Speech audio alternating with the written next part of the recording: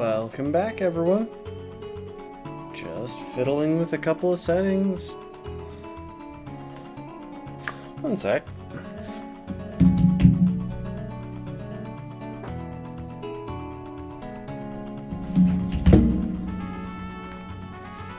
Almost forgot my chapstick.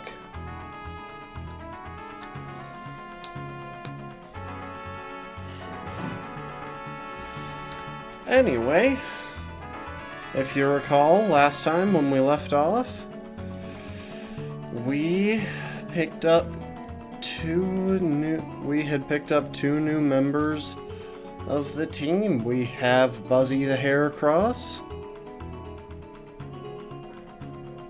and Toadette the Chimecho, and both of them continue the pattern of having pretty poorly lined up natures and IVs.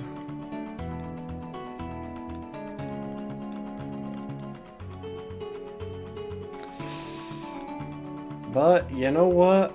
Still think we can make this work. Welcome to the stream, Rafkin. Sorry, I am looking up one important thing here. Yeah, okay. So, the first major task that we need to take care of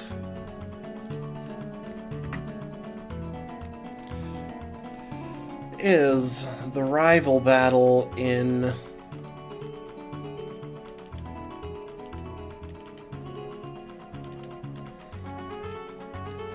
Lily Cove City. We don't technically have to take care of it, but if we don't take care of it, then we don't get access to the department store, and it has a few nice little items that I would very much like to have.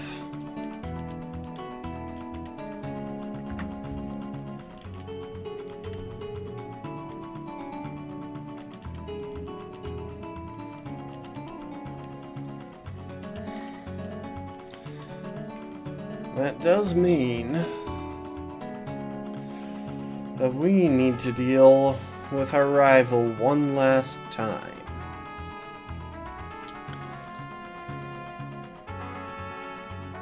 Our rival has added one new thing to his team. He's added a Swallow that we're going to want to deal with. That said, other than that, most of the team should be just stuff that we have dealt with before.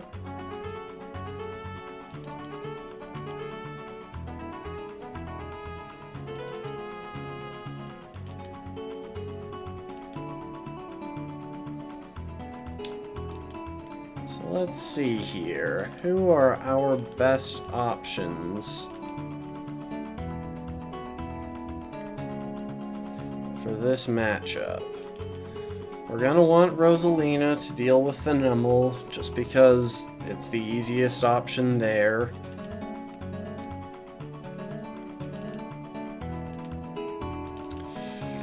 We've got our grass types in the back that should have a pretty easy matchup into Grovyle.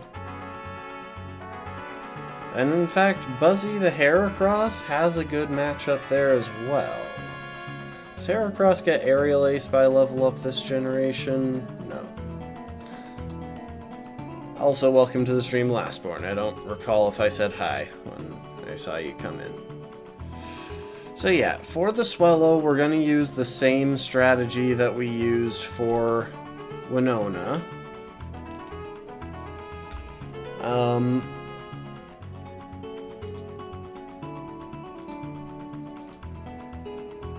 And for the Wailmer and Grovyle, we have our grass types that should be able to take its hits pretty easily and still throw out some strong ones of their own. Yeah, it's the same moveset and everything, so Leaf Blade, Screech, Pursuit, and Fury Cutter.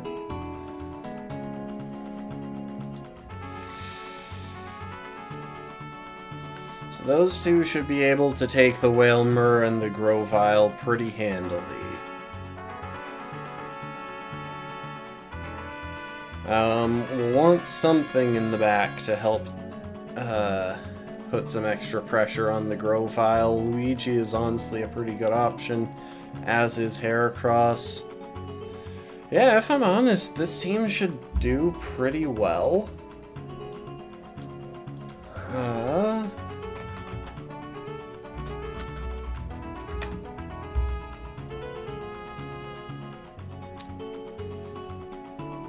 just want to look a little bit ahead. Okay, so the next level cap is 42. We've got some time here.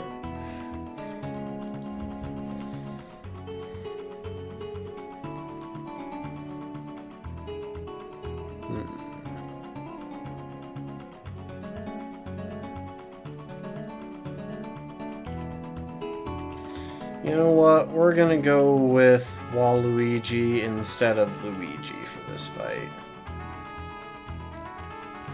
And I'm gonna go ahead and level everyone up to 35, I think.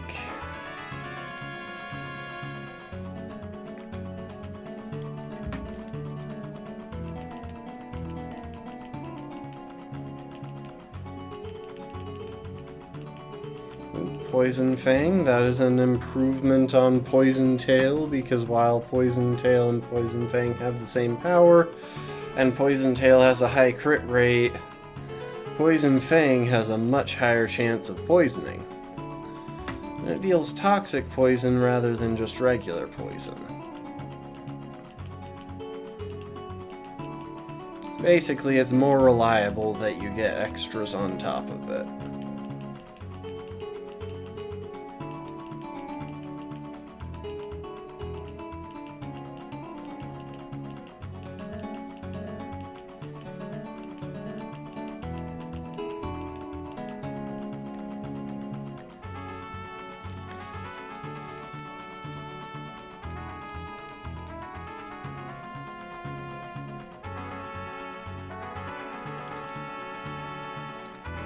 Yeah, we've got the Lily Cove Museum, a location that I've never understood the purpose of.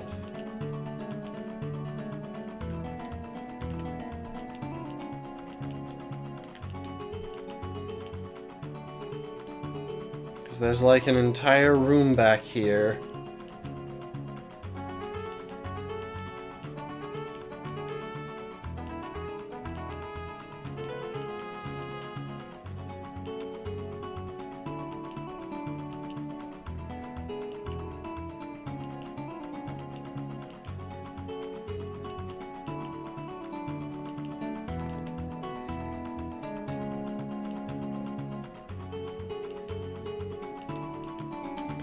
So yeah, I have no idea what the purpose of this location is. I've never figured it out. Anyway, let's take a look through the items on the team. So we're gonna want Person Berries on our grass types.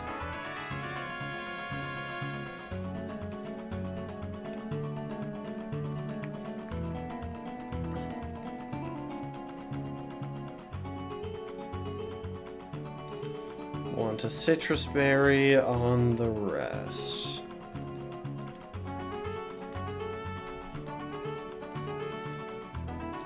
Alright, let's take this guy on one last time.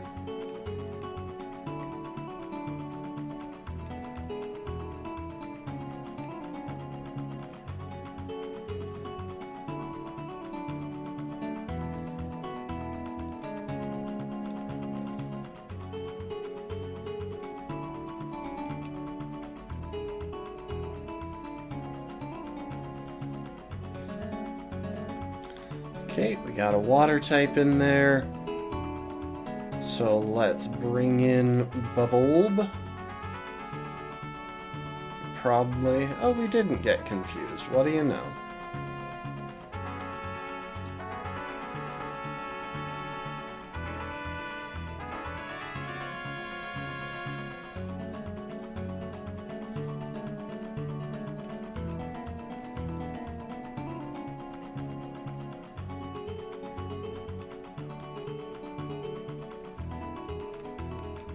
It's just spamming setup moves. I don't know what the deal is.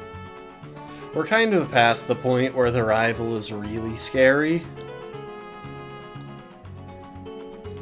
Anyway, I'm going into Waluigi.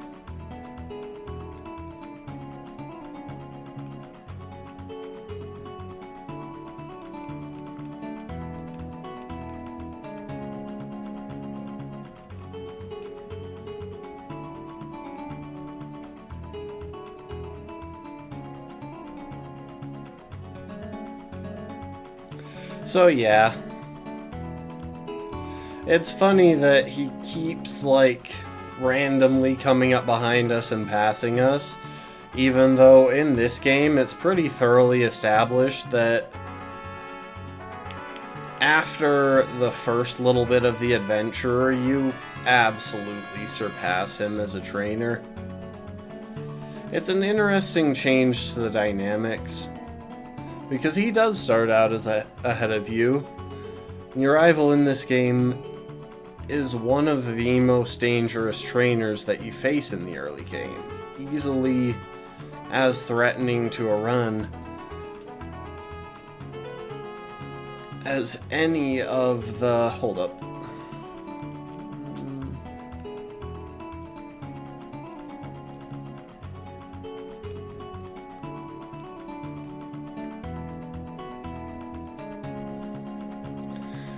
Did I buy those or did I not? I think I might have accidentally hit B.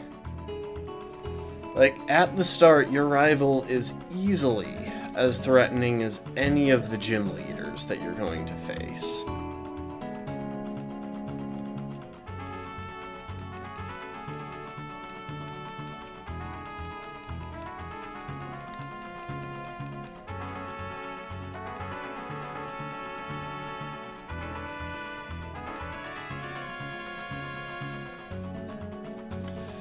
But by the end, you just kinda curb stomp him. He's just not keeping up. And he doesn't even wind up being the one who meets you at the... who meets you when you reach the Pokemon League. That's Wally. The person who you helped at the start. The person who clawed their way back from everyone underestimating them.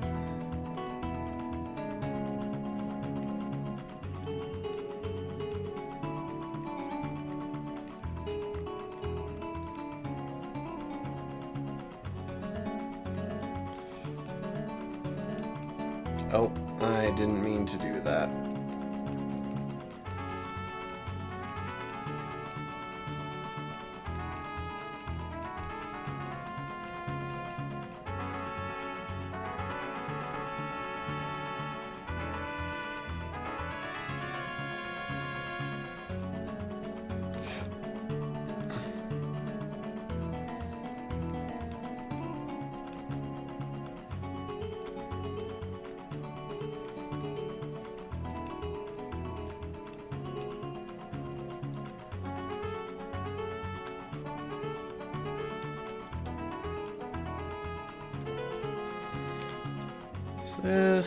This is the TM floor.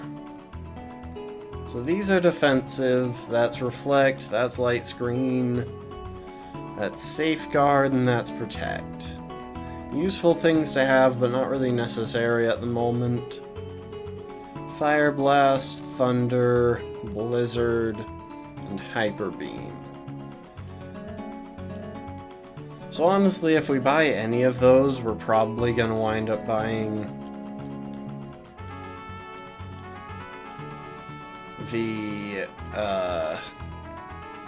like, the most likely TM for us to grab is Protect. Just because some casual PP stalling is frequently helpful in Nuzlocke. Now I need to look something up that I'm really not sure about. Where do we get the good rod?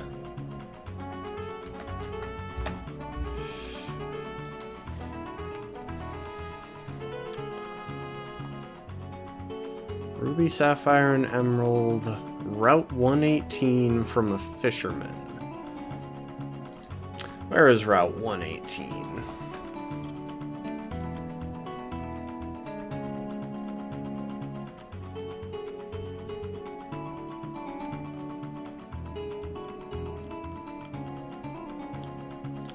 Oh. Also, is it worth it to teach Fly to my Tropius? It would save me the trouble of constantly switching out team members a little bit. Yoshi, do you want to learn to fly? You know what, you're not really a setup sweeper. Right now, I think it might be best to drop growth.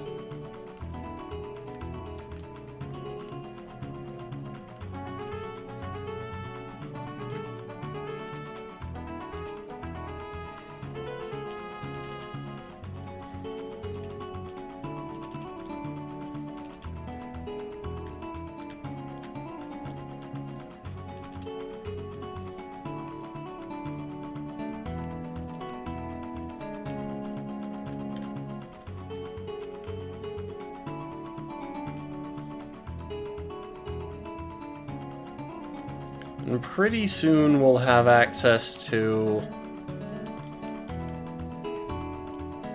Oh, is it you that has the good rod? Oh my gosh.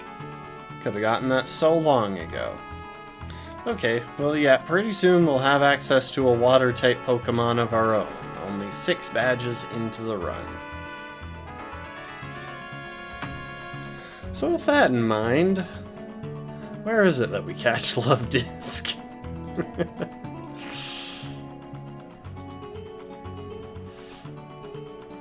I say that because I'm pretty sure that Love Disc is the only one that we have an area for right now. There are a couple other water types that we get access to, but I think we have to go a bit out of our way to get them. We'll be going that direction soon, but... Wow, really? Only Route 128 in Evergrande City? Gosh dang. What about Corsola? Well, first of all, Relicanth. So we have 3 water-type encounters in this. Relicanth, Corsola, and Love Disc. Relicanth is only available on some underwater routes. Corsola is only available on Route 128 in Evergrande City. Okay, so we're gonna need to do some thorough ocean exploration before we get access to any of those. Oh, why did I minimize that window?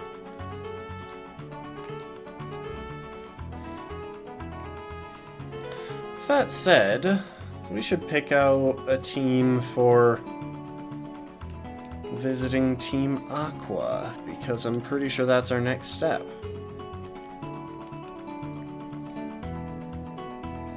I think we need to clear the Team Aqua hideout. Or, hang on.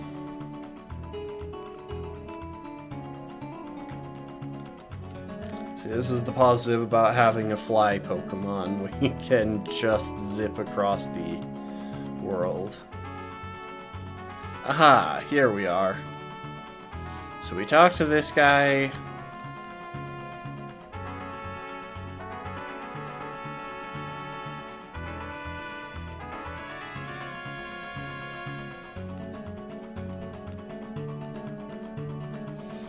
Team Aqua says Wahaha, we are stealing the submarine.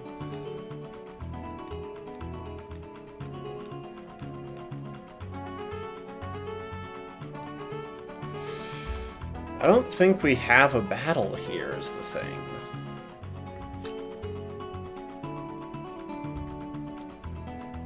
Hold up. I will double check.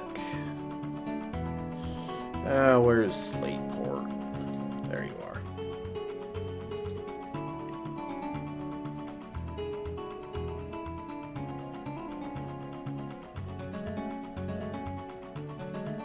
Nope, doesn't look like we have a battle.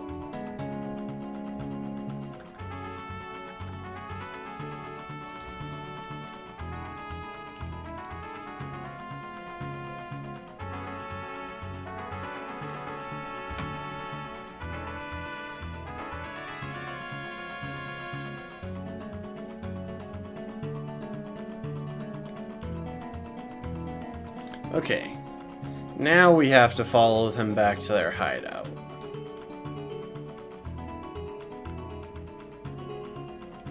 So, as far as the Pokemon that they're going to be carrying, I expect to see a lot of Zubats, Carvanas, and Poochyenas and their various evolutions. So with that said, we finally have a dark type resist in the form of Buzzy the Heracross, so we're going to keep that one around. Rosalina handles Zubats. We'll have at least one of our two grass types on hand for dealing with water types. Anything else, we just need options for some variety. So I think we'll go with Bowsette and Boo as our remaining Pokemon.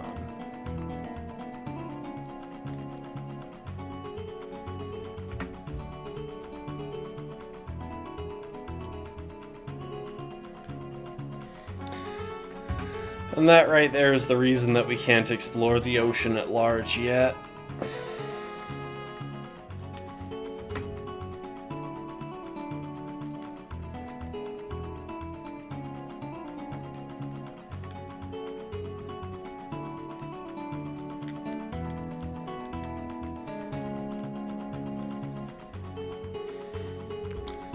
Alright, what are we gonna face in the Aqua hideout?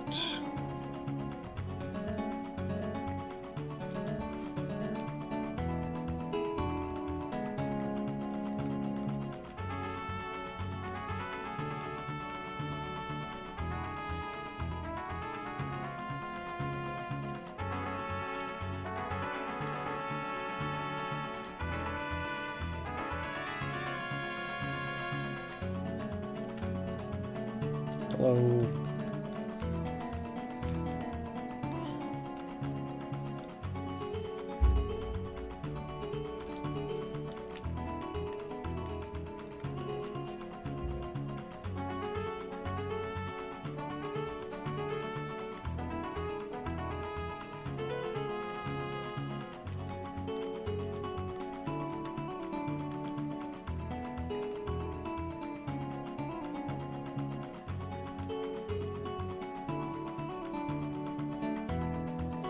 Also, we can't run in here for some reason. Like, I get that it's an indoor area, but come on.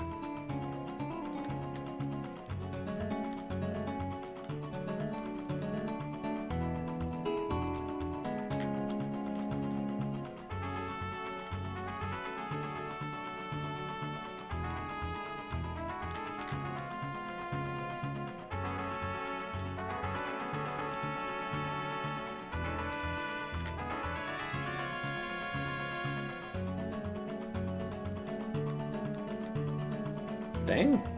Surprisingly, a lot of damage there.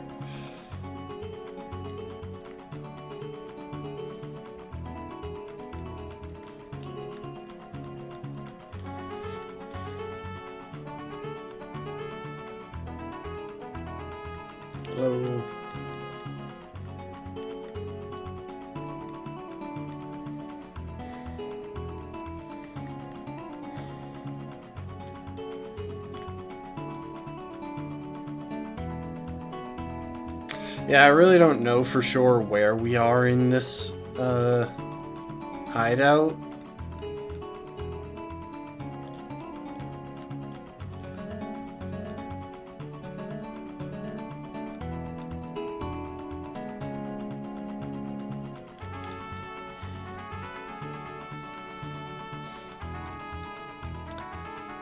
The whole... Oh, there's a swagger. Yeah, the whole teleporter thing that bumps you between floors randomly makes it a little bit tricky to navigate at times.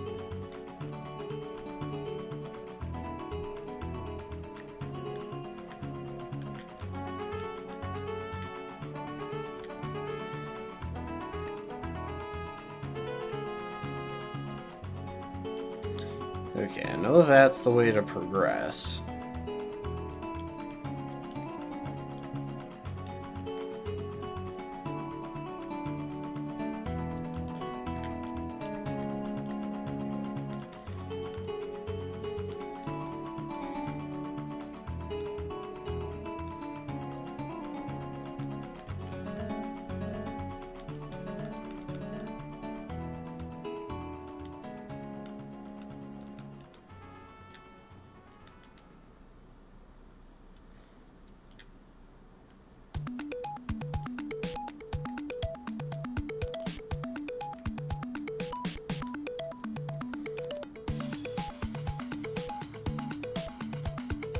Oh wait, no, that wasn't the way to progress. That was the way to get access to the boss's room.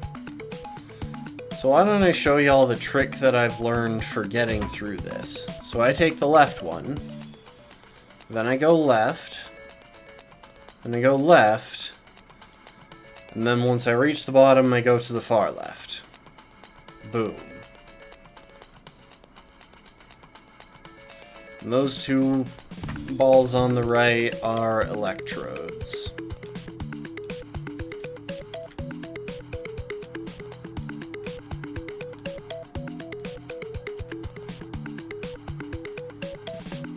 So yeah, anyway, we just got the Master Ball. We are probably going to wind up using that on something random like, well, whatever our last encounter in the run is.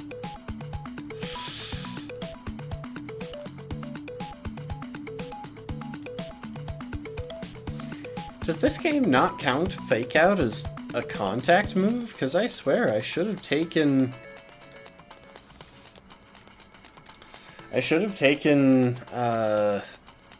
damage from that thing's rough skin on that.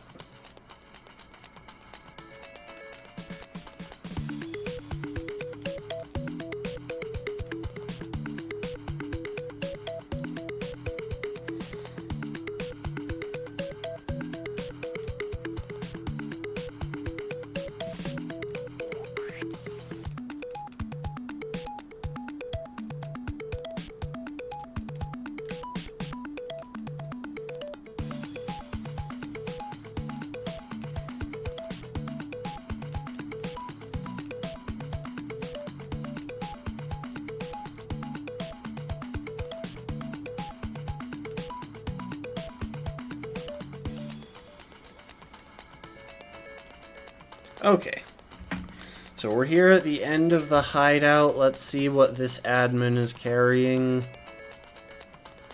Got it. He has a Carvana, a Mightyena, and a Sharpedo, which means Buzzy can sweep. And yes, that is the extent of my strategy here.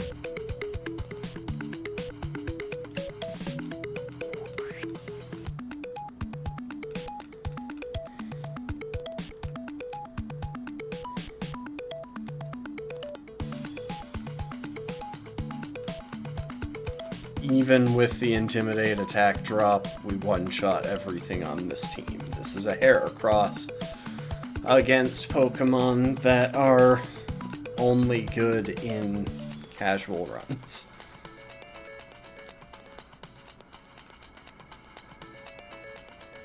Anyway, that was the Aqua Hideout. We're going to be spending quite a bit of time this stream just basically curb stomping grunts.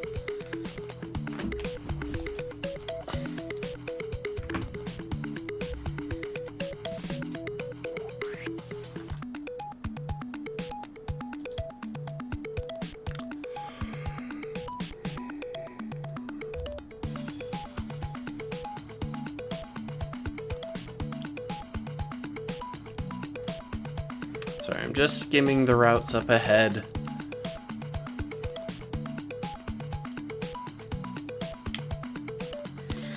At this point in the run, it's less about getting everything that we need and more about not losing anyone that we need for the Elite Four and Champion.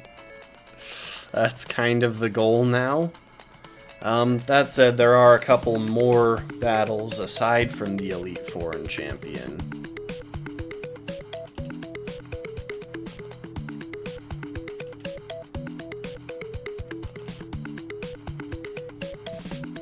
And we want to be ready for those.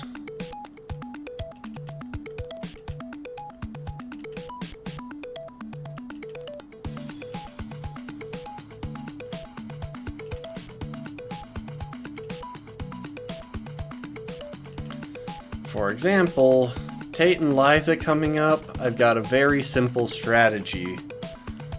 We have 2 dark types. That is my strategy. And if that sounds oversimplified, let me explain.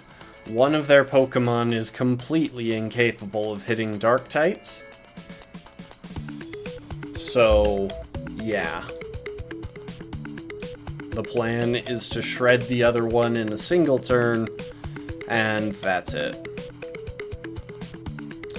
That said, we do have some collection to do throughout these next few routes.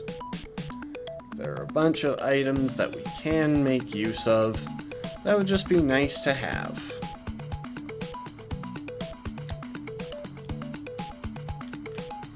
You see, it's a common meme that there is too much water in Hoenn, and that is because the last quarter of the game is pretty much exclusively focused on these water routes over here, where we spend our time in the ocean to the west, to the east of the mainland, taking care of stuff in Sutopolis, Moss Deep. We can go to Pacifidlog, but it's not required. Evergrande City. That stuff.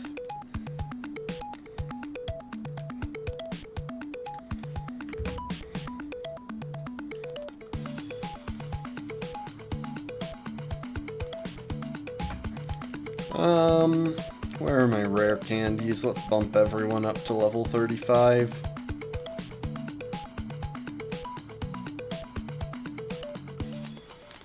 Oh, and you know what? We should clear out some inventory space.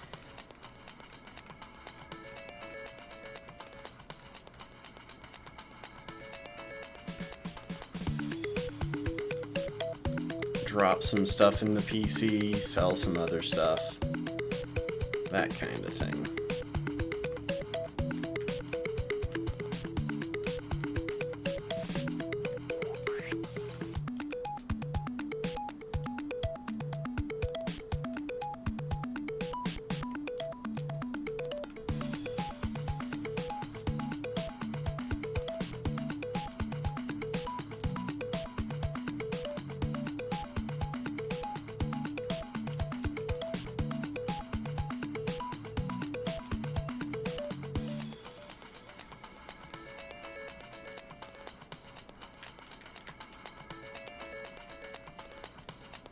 So our first goal is just to make it to Lily Cove.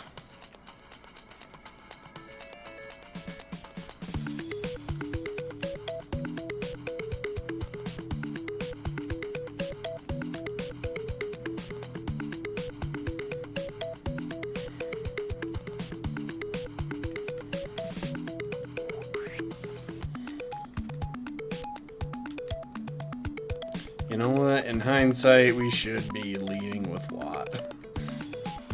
We should be leading with the Pokemon that gives us at least a reasonable chance to run away from anything that we wild encounter. That said, it doesn't look like there's anything that we need to find on this route, so I should probably be heading more directly to our destination. There is a notable location here. Yeah, there's this one random dude that lives on a tiny bar of sand, and he will give you... he will exchange shards for evolutionary stones. This is the way to get renewable evolution stones in this game. I don't actually know if there's another way at all.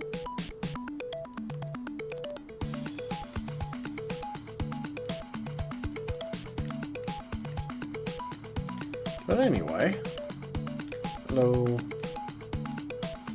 Ah yes, random door that we can never go through. I think was probably associated with an event. There are a few of those in this game, where there are just random doors that they either used or planned to use with some specific, like, Pokemon Center distribution. Which means that they are completely worthless.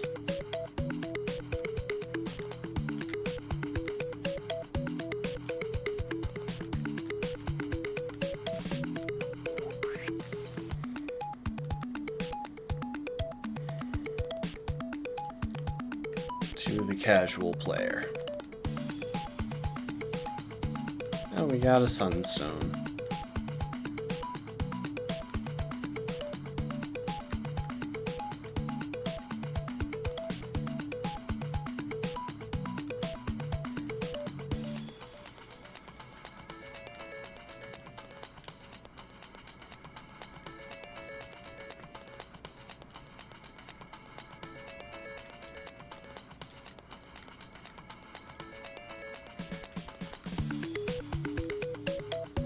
Alright, we got the Super Rod.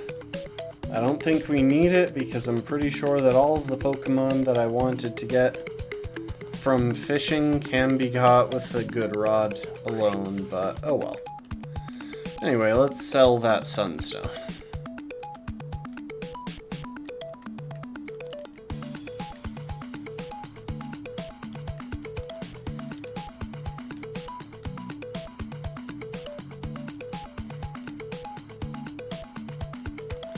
Where are you, Steven? There you are. Give me my HM. Thank you.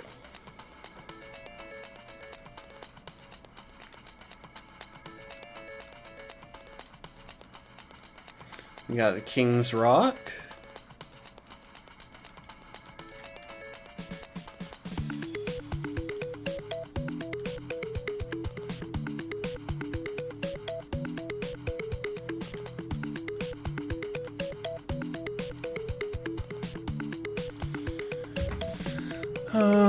Now what's the plan? What do we want to do here?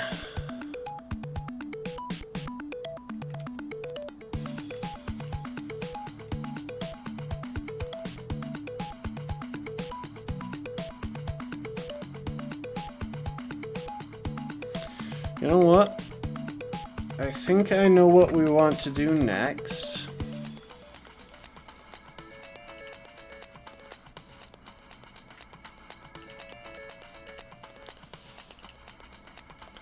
Ignore this, we're just pulling out a Pokemon to use it to shove rocks around. Because we're going to head to Shoal Cave.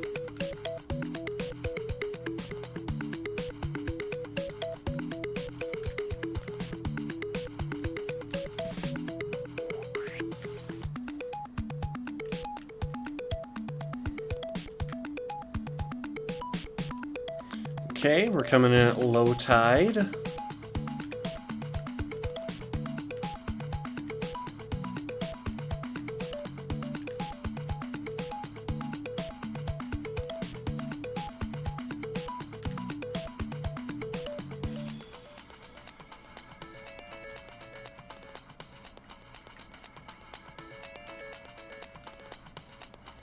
So yeah, if we bring this guy shoal salt and shoal shells, he can make us a shell bell.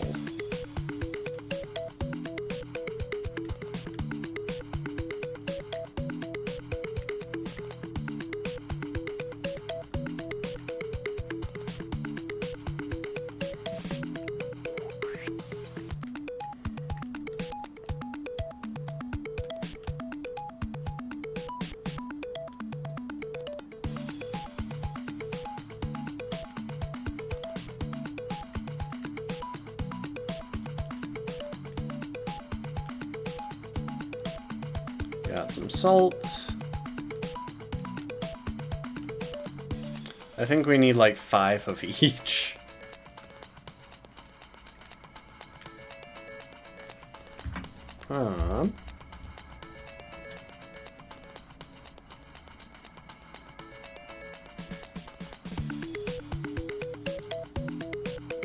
There aren't any valid encounters here. I'm like 99% sure.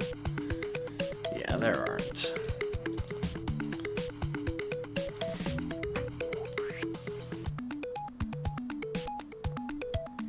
So yeah, we have to get the salt at low tide and the shells at high tide. Oh, we got a focus band too. Nice.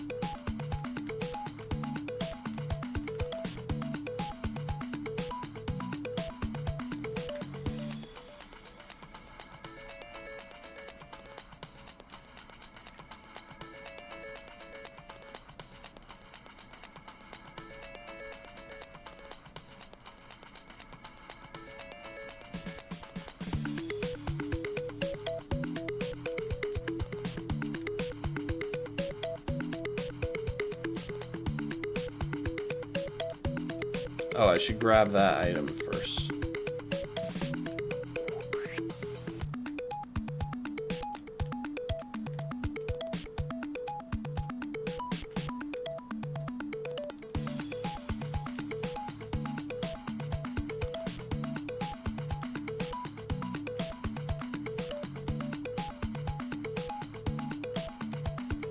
Is that a TM for hail? I feel like that's probably hail. And there's never melt ice.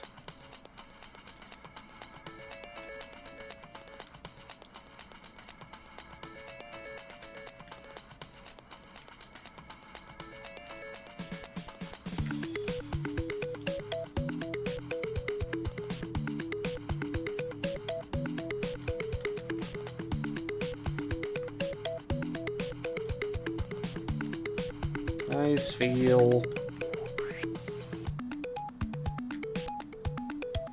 Sadly, this is not a Spheal run. I'm just kind of curious, like, what can I like trap him in a corner or anything with this rock? I don't think he can move from that. Oh, he can. Oh well, I was hoping to see if I could like mess with his pathfinding or something. Got some more salt.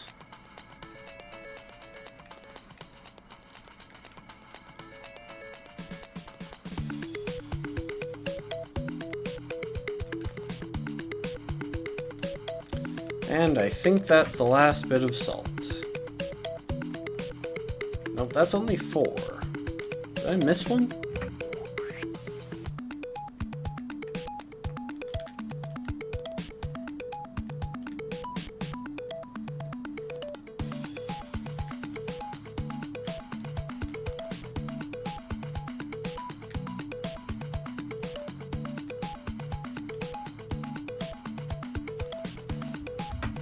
Hang on, I gotta check something.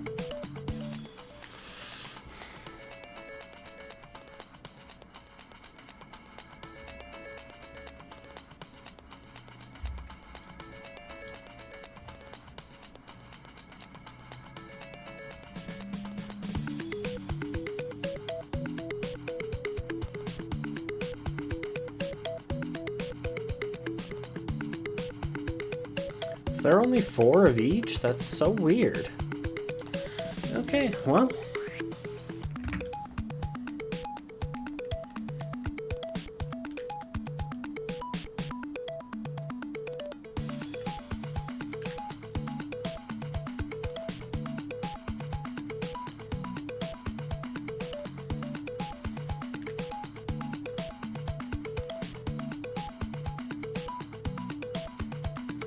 Now, we're just going to save real quick. And then we're going to wait for an extended period.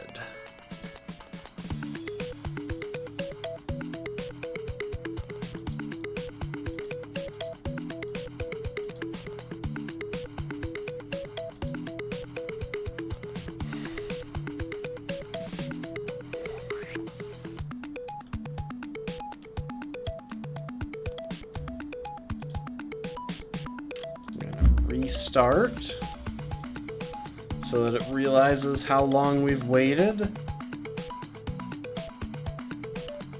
You know, maybe I should have only changed it by 6 hours instead of 12.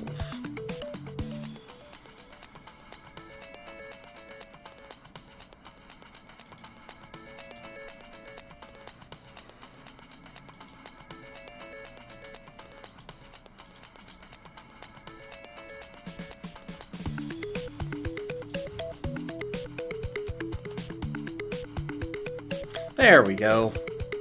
I'm so glad that we waited all that time in order to get the items hidden in this cave. It's going to make it very rewarding.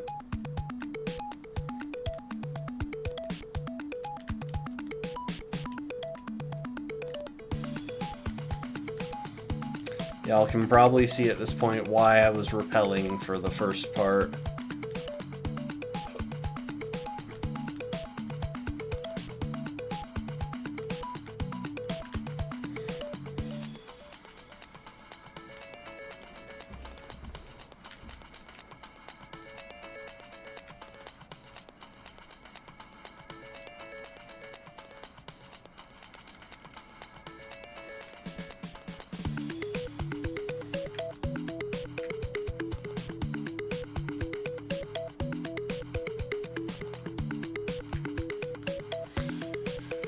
At least we get these Rogue Port Tunnels tunes to enjoy while we're wandering about a cave.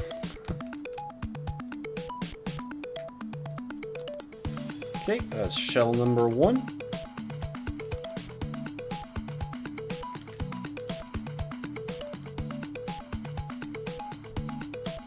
Two.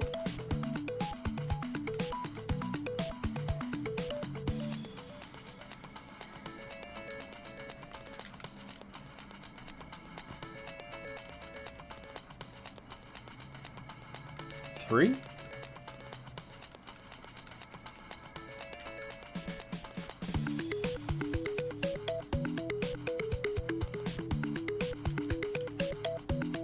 4. Almost. We're stuck in a battle, but in a moment it will be 4.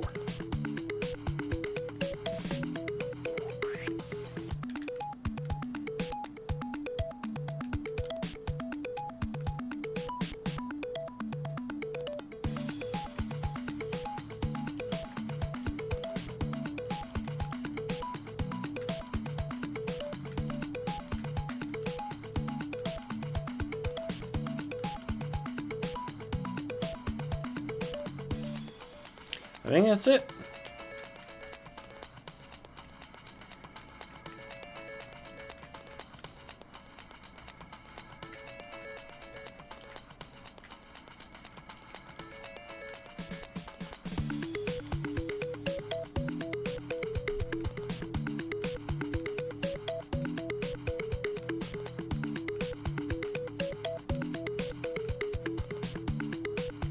So yeah, I think those items might respawn once you've used them or something, but I'll only get the one.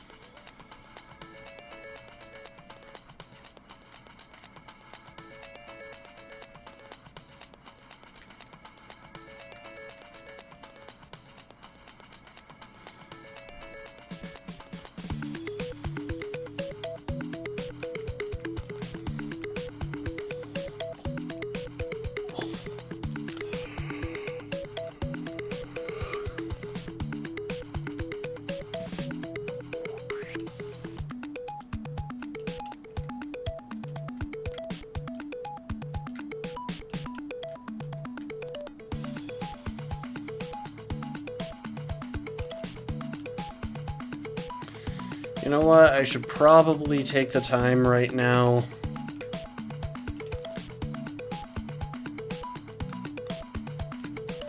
to clear out the gym trainers.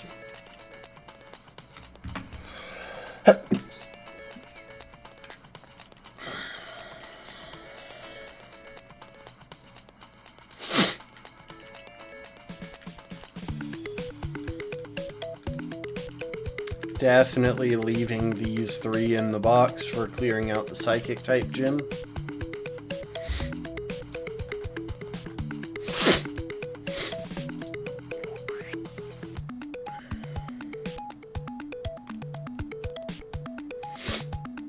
So yeah, most of these are all hanging around the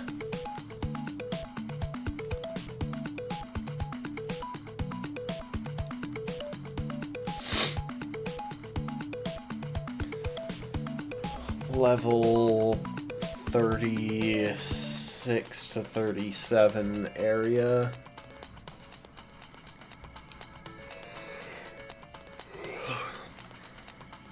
You know what? Before we do that, there's something that I want.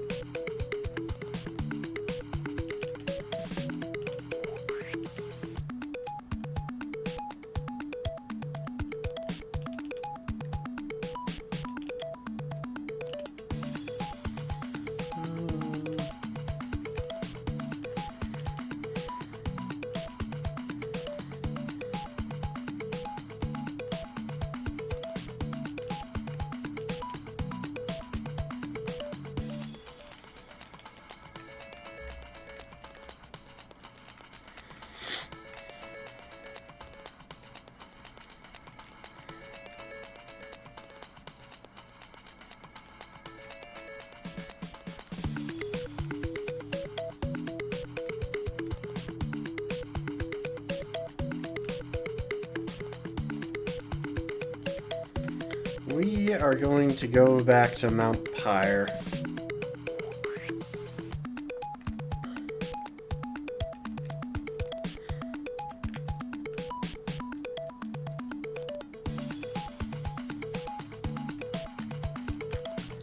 And we're going to get the TM for Shadow Ball.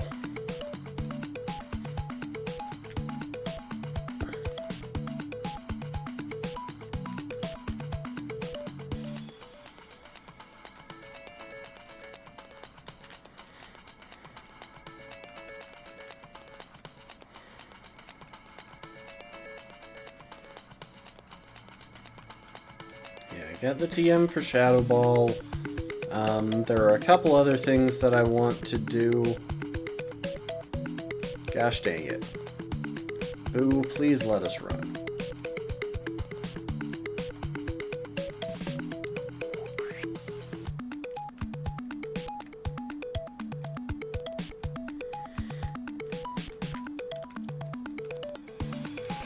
I should really not be leading with one of the slowest Pokemon that on my team.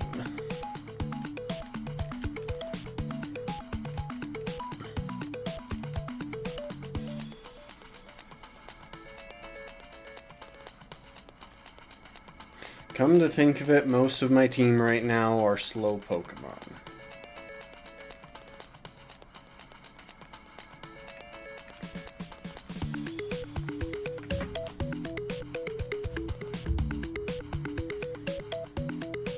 Okay, Mount Pyre, Gen 3, second floor. Okay, this dude right here is a Pokemaniac with a Lairon.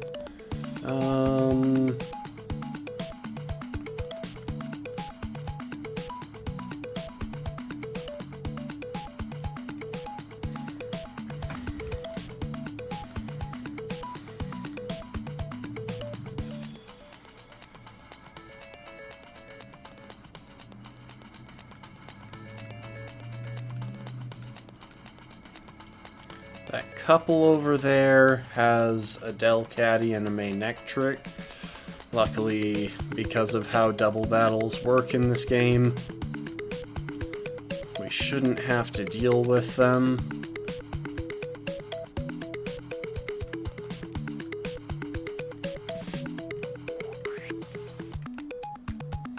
Yeah, we only have to fight them if we choose to.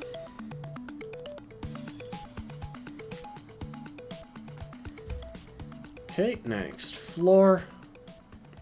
That girl has a Kadabra. There's another dude that has a Ralts and a Curlia. I'll just deal with both.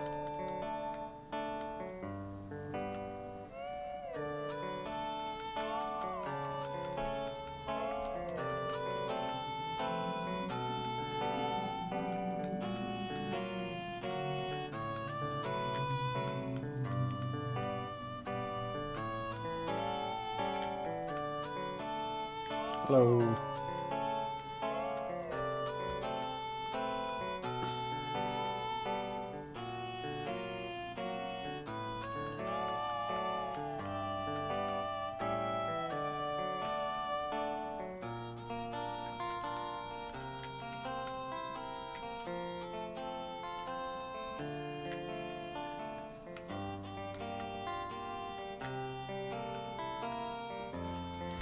Okay, so we're on to the next floor. This guy has a bunch of fighting types. Oh, and Zigzagoon has an item for us.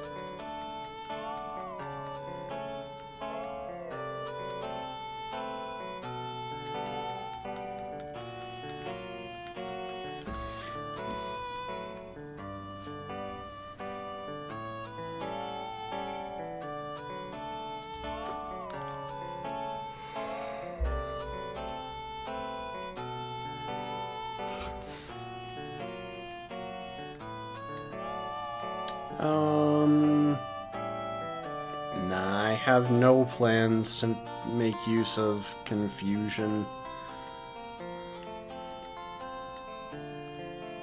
Now, in just a moment here, we're going to be encountering a Sableye.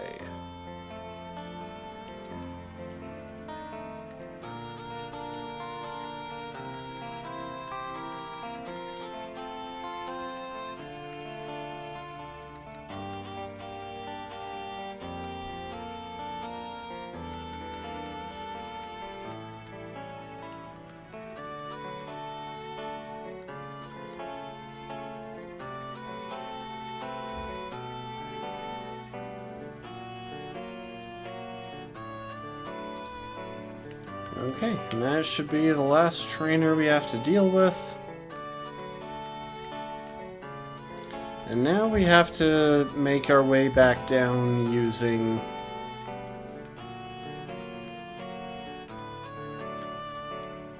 the correct holes. And if we mess up, we're going to wind up going back up. So I think it's this one. Nope, I was wrong.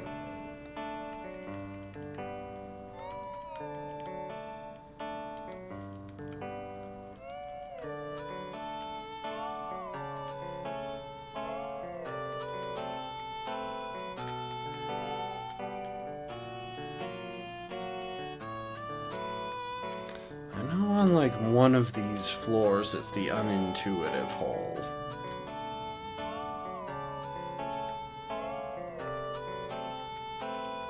Maybe I'm wrong.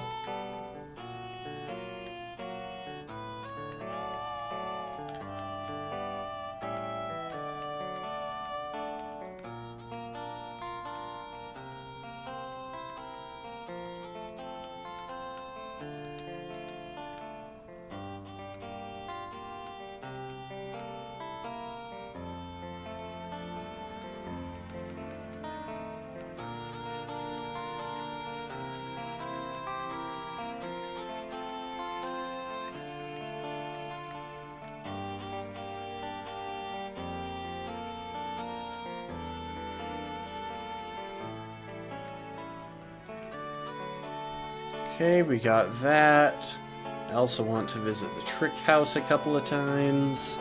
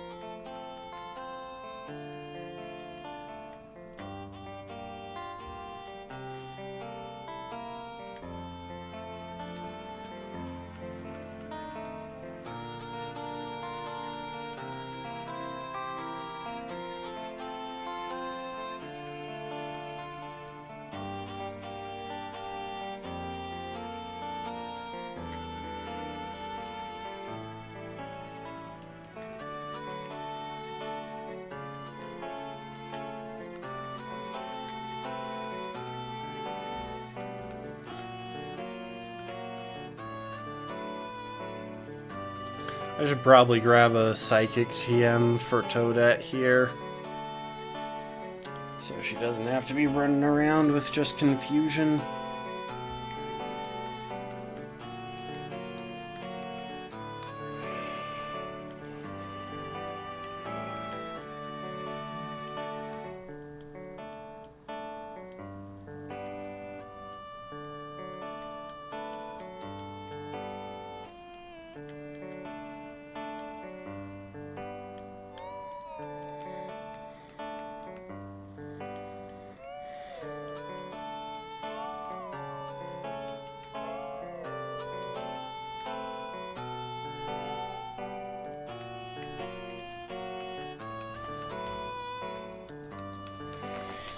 So yeah, the Trickmaster has just straight up trapped most of these people. So I don't know why he was so particular about whether or not to let me in. I guess he realized that I was a competent trainer and...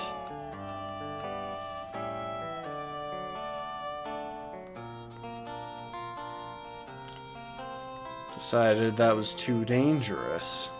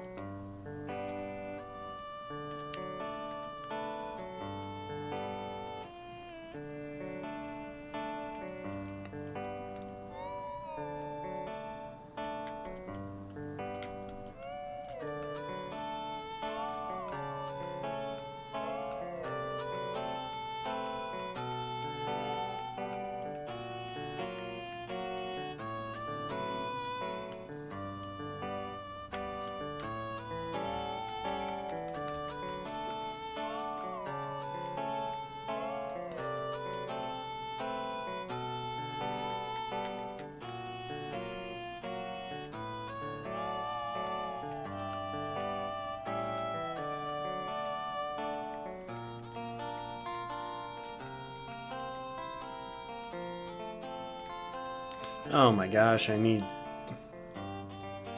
someone who can use strength. Let's grab Peach's corpse.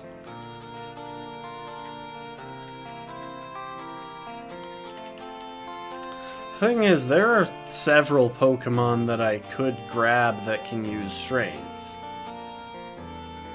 There are several Pokemon on my team that could use strength. But I don't want to spend a slot for teaching a fairly bad HM move.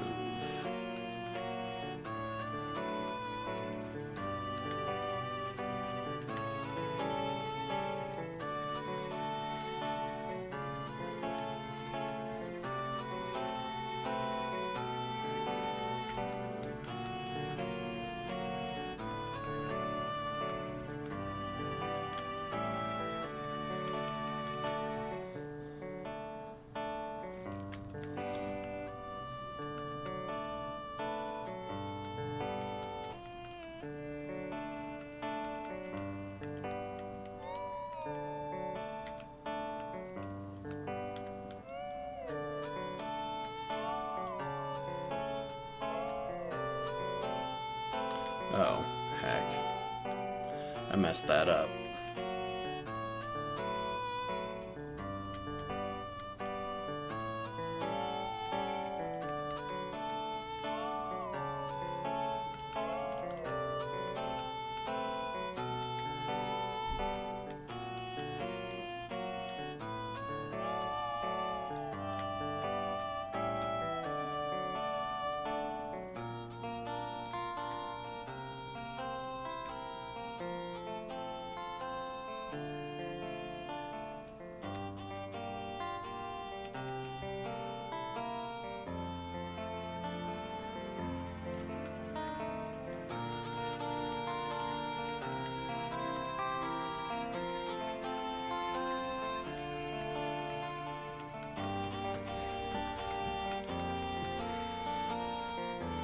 It is kind of cool how they have this entire location. The brown balls are just rocks. Welcome to the stream, Bee Marching. So we're currently doing puzzles in the Trick House because I want the items that I get for completing puzzles in the Trick House. And it is kind of cool how they have this entire area that's just dedicated to learning the strategies associated with the puzzles that occur in this game.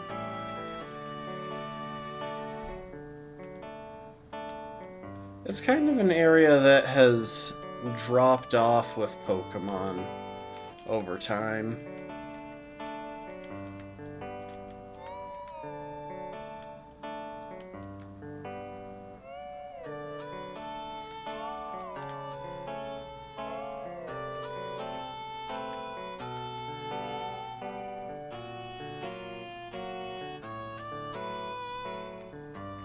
One that isn't grass type would be Nincada.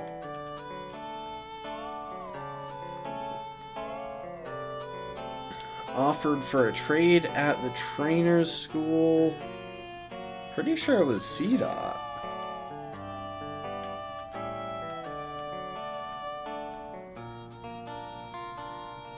How much money after you sell an escape rope and buy an antidote?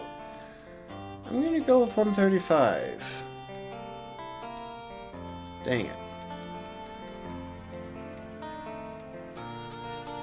Uses Scratch, Nincada. Which one was to the right? Pretty sure it was Torchic.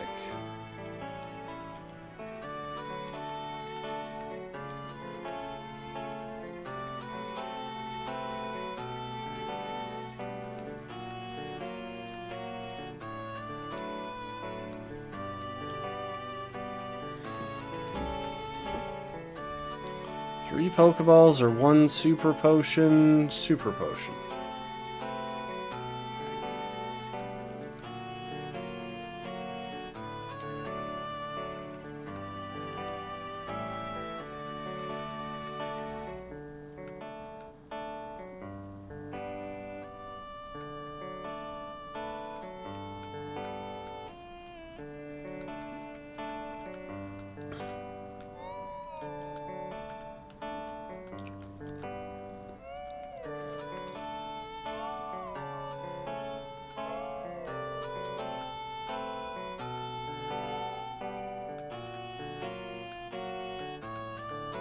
Some of these I'm just guessing on.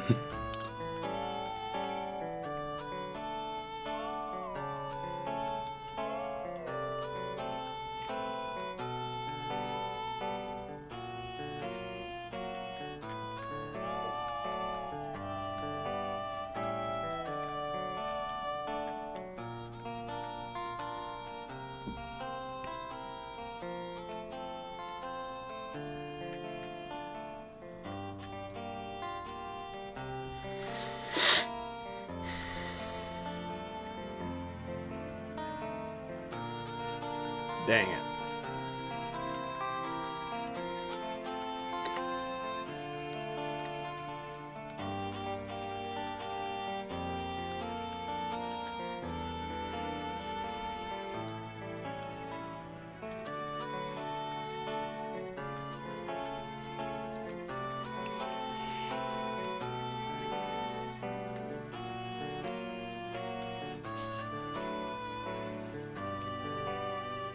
Just one.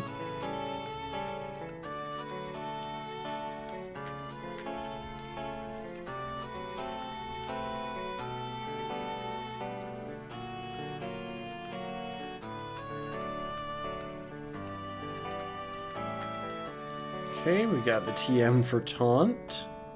And there is exactly one battle where I plan to use Taunt in this run.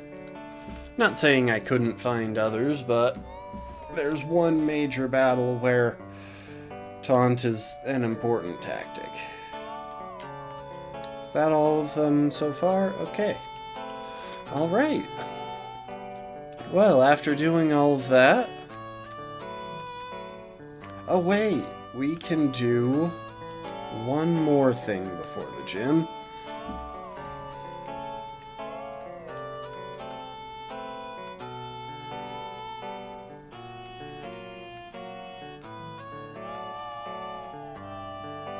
Smoke Ball is a genuinely useful item. It saves time when we encounter Pokémon, because I won't have to worry about outspeeding them to run away.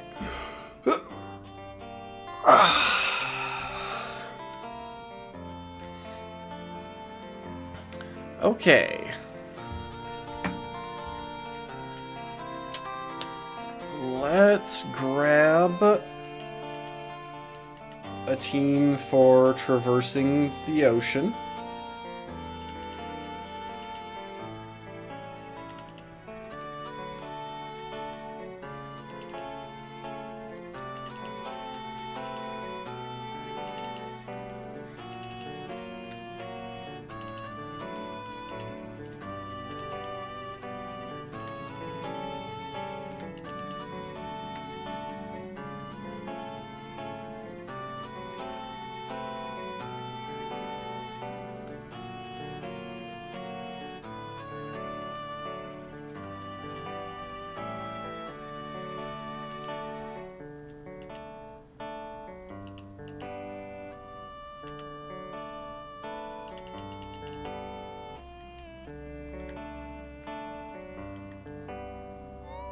Oh, welcome to the stream, Brittle Lizard.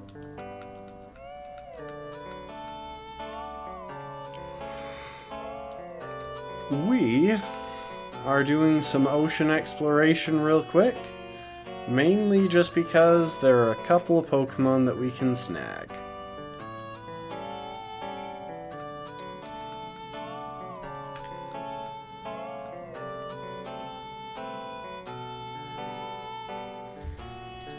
Okay, so real quick.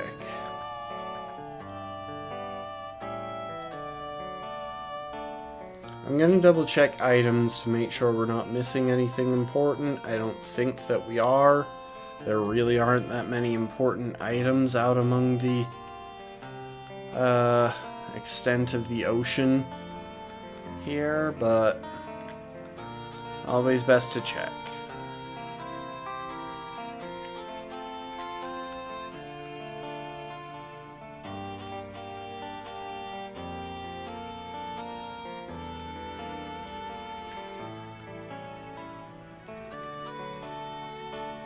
Oop.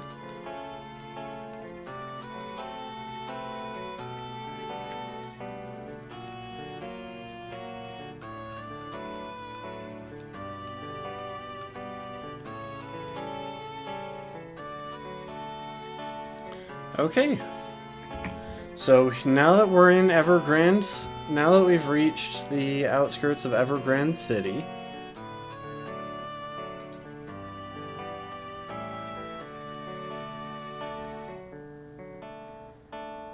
we can break out the Super Rod.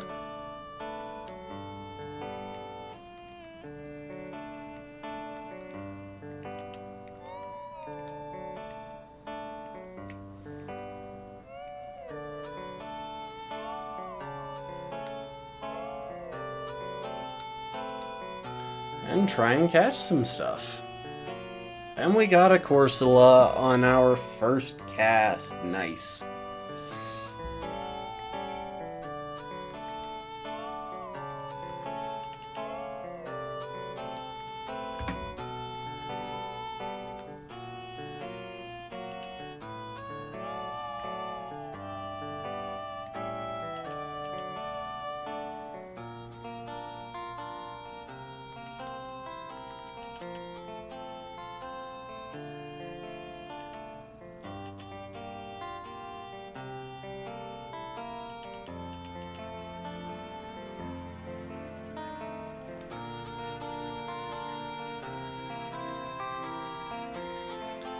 Okay, we have one dive ball and one net ball.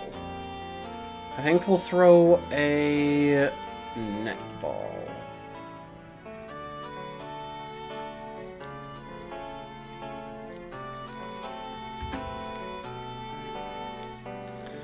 Alright, and now we gotta name our Corsola.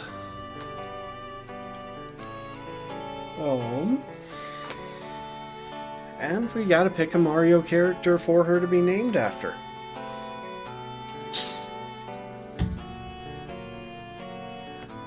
Let's see now. Who would be good? Ooh, we'll stick with the Paper Mario theme. Name her Bo.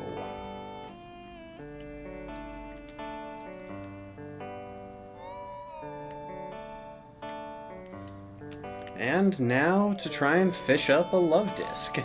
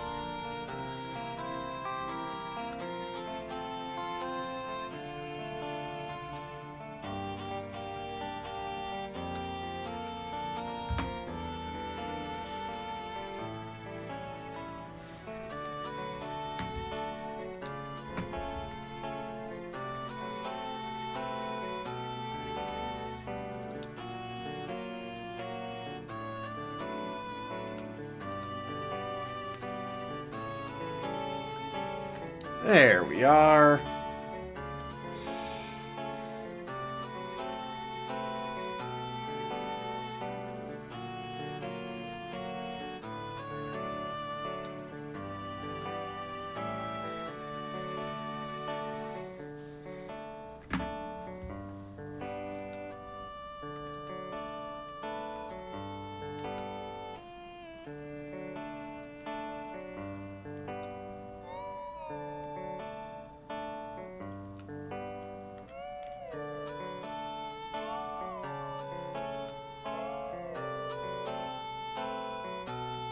And we caught ourselves a love disc. This thing is very literally going to be our main surf user, and that's it, and you will be named Sushi. Which is a vast overstatement, because Sushi is technically the most overpowered partner in Paper Mario, And that's not an accurate description for Love Disc for sure.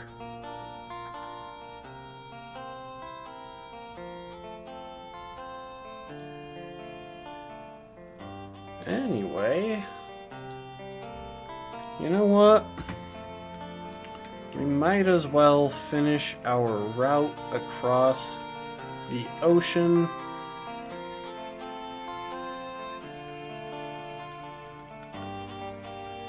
by making our way all the way to Pacific Log Town.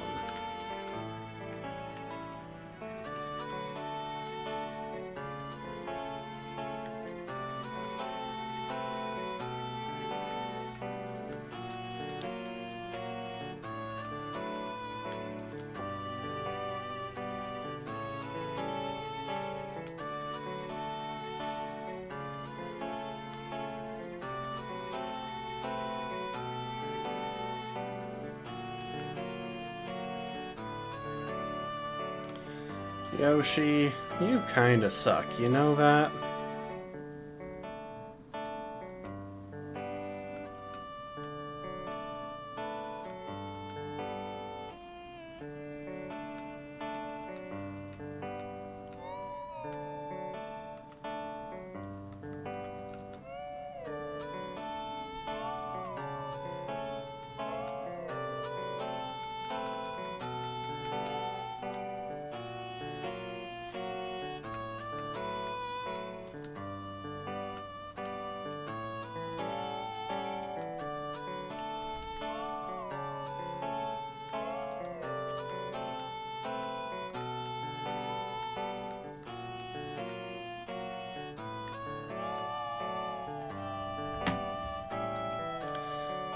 Real quick, I'm just gonna take a moment and put these Pokemon's movesets in a more practical order. Something that I should have taken the time for a while ago.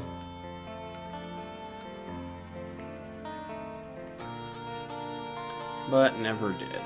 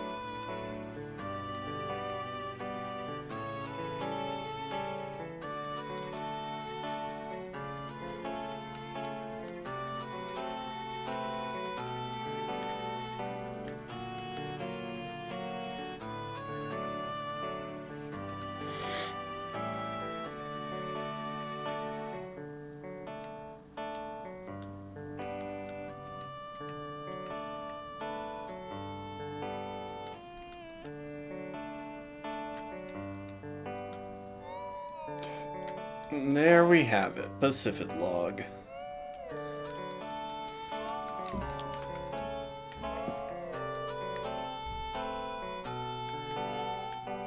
Just a quaint little drinking village with a fishing problem.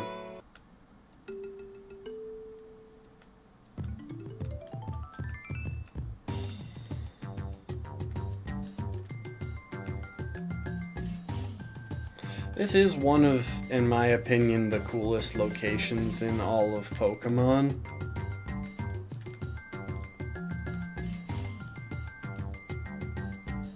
I just love the idea of having a little civilization just floating.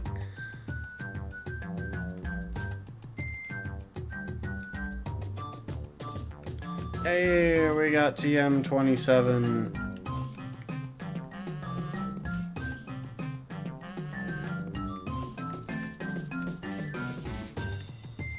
And it is farmable, but only once every 7 days, so I'll just add more TM27s in when I feel the need.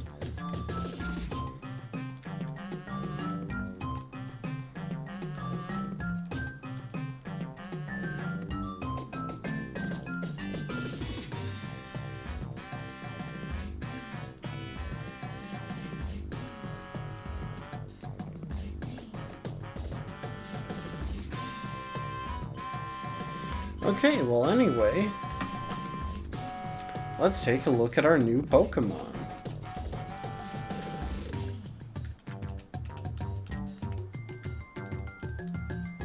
And put them into the correct box.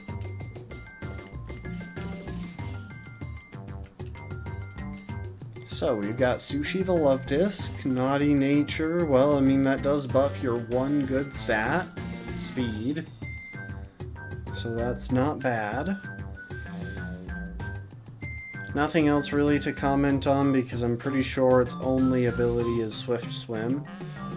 Natural Cure! Oh, I think this is the first time I've gotten a Corsola without Hustle. Thank goodness. Impish Nature, I can't quite recall what that one is. Plus defense, minus special attack. So that's not great because Corsola is a special attacker, but on the other hand, plus defense is pretty nice, and it was never much of an attacker, period, to begin with.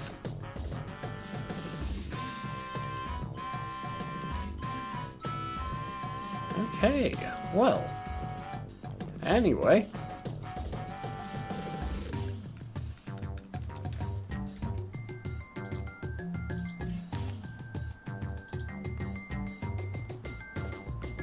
That's right, just getting all the correct tabs open.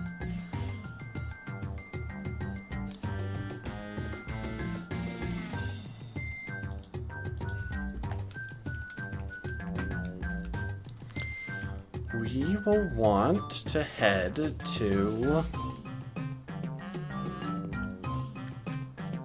back to Moss Deep City now.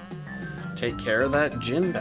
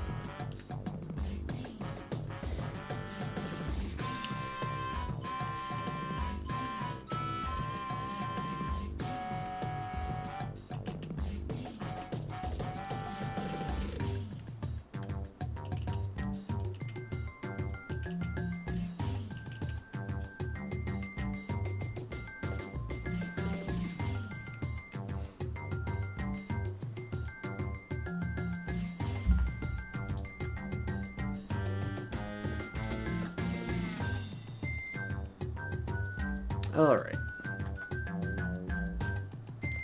Back to the listing for the gym. I just want to see if there's... No, there is nothing... The only dual types in there are Psychic Flying and Psychic Normal. Psychic Normal doesn't give us anything extra to work with. Psychic Flying...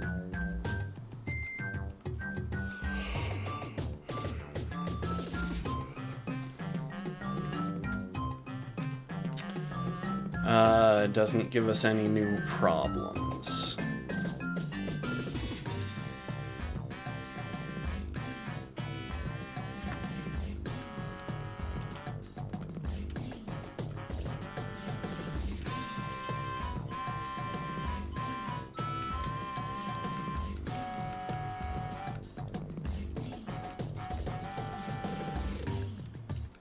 You know what? One last thing that I just thought about.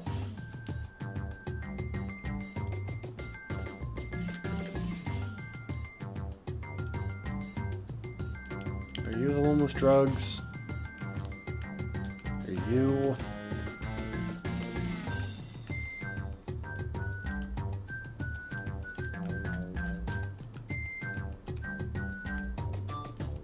It's you. You have the drugs that I'm looking for. You know what? Rather than buying them, I'm gonna save real quick and just make sure that I've properly allocated the EVs, so...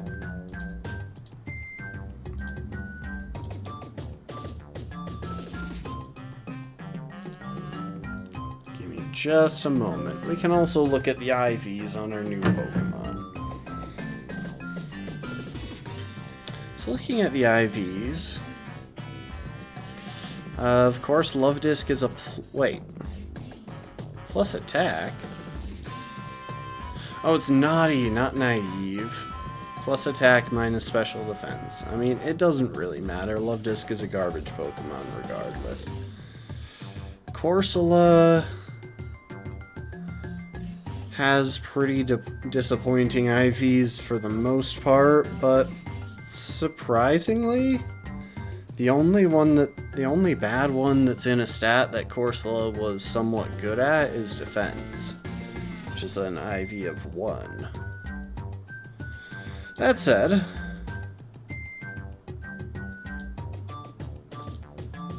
anything that we've had for roughly 10 levels, I'm probably going to just go ahead and max out the IVs on because we've had time to do so.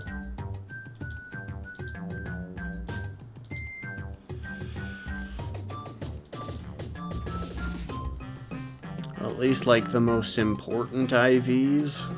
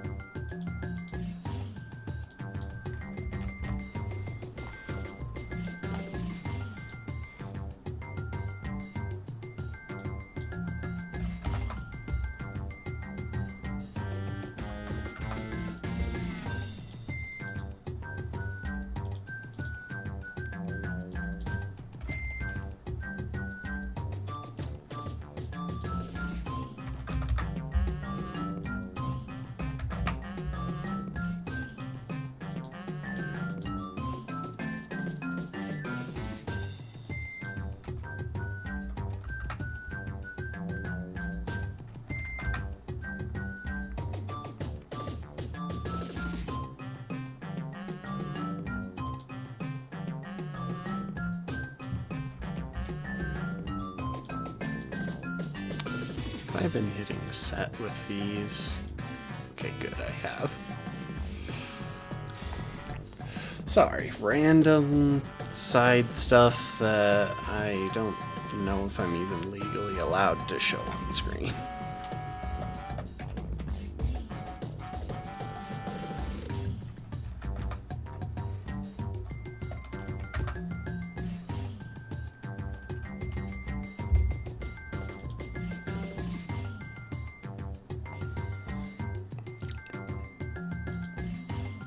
Okay.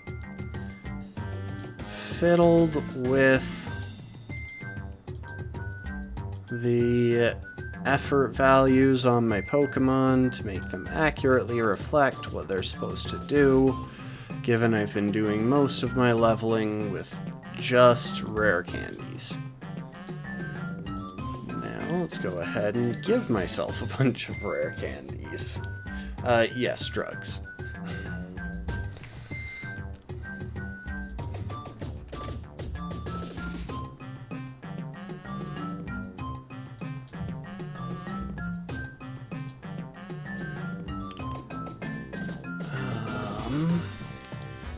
What's the other thing that I wanted to do?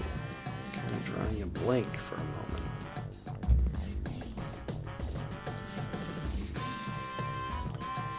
Alright, let's see.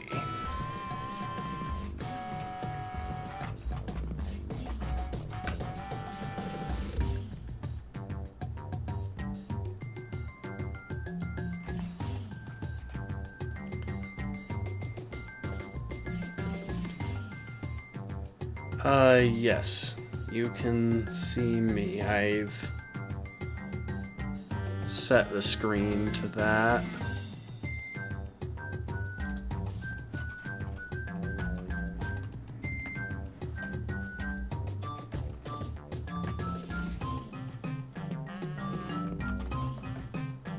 Well, welcome to the stream, X-Slayer. We are just doing some editing in PK Hags, trying to get the random items that I'm too lazy to farm for.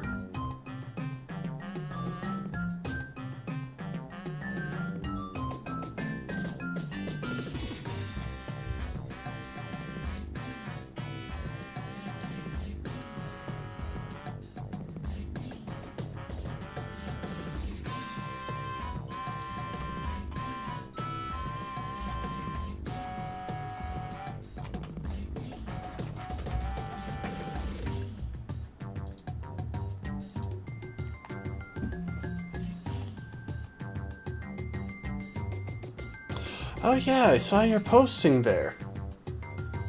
Yeah. The middle stage stuff is interesting. I didn't catch all of the details. What did you eventually wind up... I guess who hogged the Eviolite towards the end? Did you have, like, one Pokemon that was mainly that you were mainly investing the Eviolite in? And other items on other stuff? Or did it all bounce around a lot?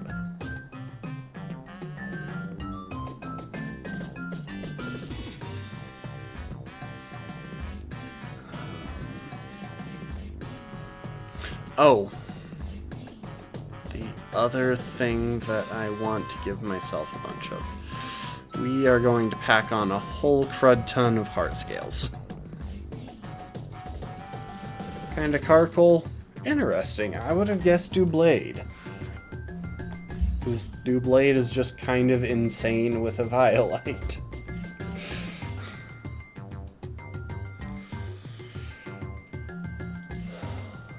What was I about to do? Why am I drawing a blank on it?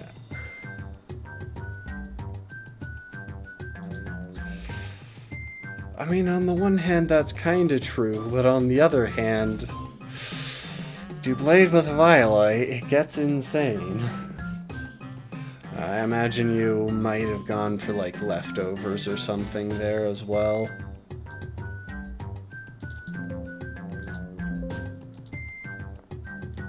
Okay, I think I've made the changes that I want to.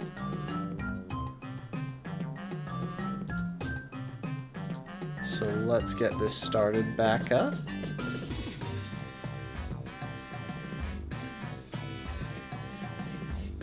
I mean, to be fair, on a lot of your Pokemon, Citrus was probably the better option. That's the challenge that you find with...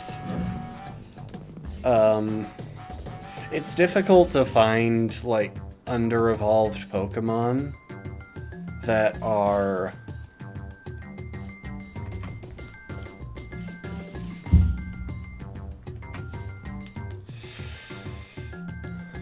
It's difficult to find under-evolved Pokemon that are durable enough to roll with, whatchamacallit, leftovers, because you have to take a lot of hits before,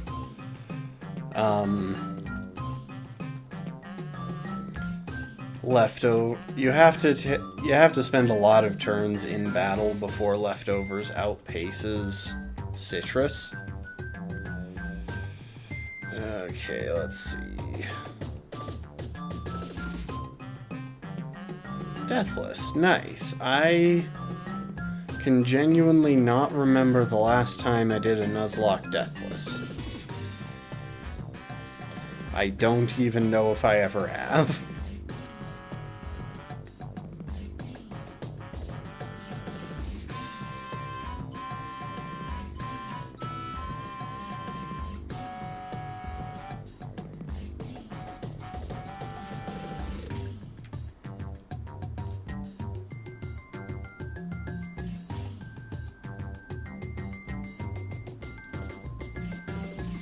I have no idea about the solution. Oh, I see. The levers only affect the ones near them. Yeah, it's kind of crazy. Deathless Nuzlockes are more difficult than you'd expect. Like, if it was just a casual Nuzlocke, that's one thing. But if it's a hardcore Nuzlocke, it tends to have deaths.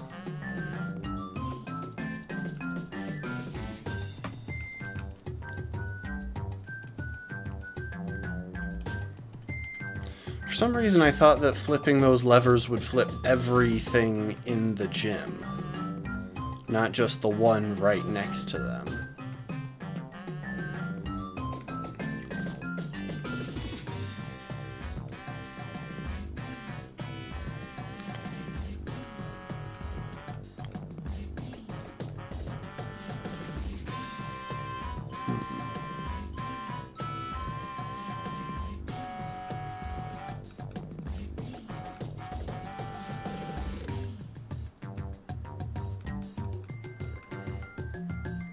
I should teach my...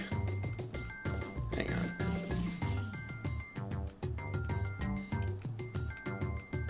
While I'm thinking about it, there are a couple of moves that I should hand out, mainly just Psychic on Toadette here.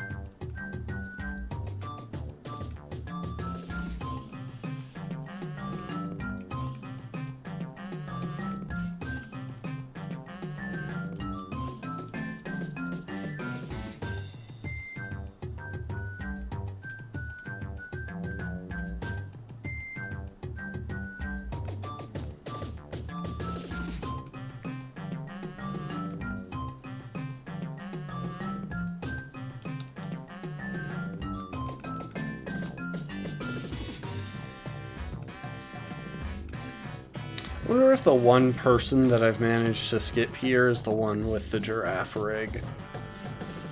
We'll know as soon as we get into this battle. Yeah, okay, the one trainer that I managed to avoid going through this gym is the one that has a normal type that's immune to Absol's Shadow Ball. I'm rolling with Shadow Ball on Absol because it has the same super effective coverage as Dark type moves, but comes off of the correct attacking stat for Absol. I hope that going out of that building doesn't affect the switches there. Anyway, let's go ahead and level up the team. I have a very simple plan for this team though, so that's a positive.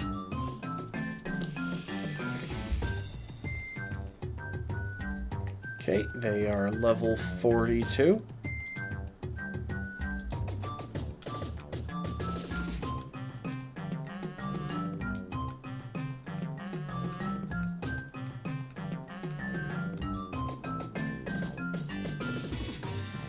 No, we don't need Future Sight.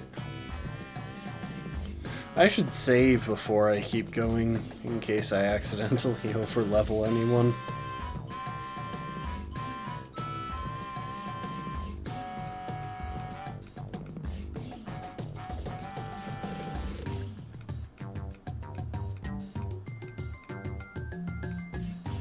Oh, and Boo is learning Shadow Ball. You know what? We'll go ahead and replace Detect. If we need it, we've got Heart Scales.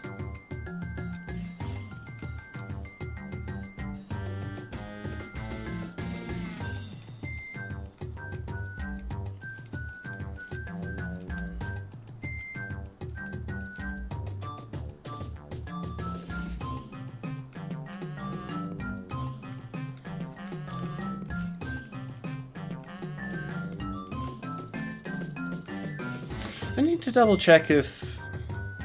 because I got the DLC for Pokemon Sword and Shield a while back. Very late to the game, I know, but don't worry about it. Yeah, I got the DLC a while back, and I need to double check if that means that my horse-only run in Sword and Shield is possible. Because I think the DLC gives access to,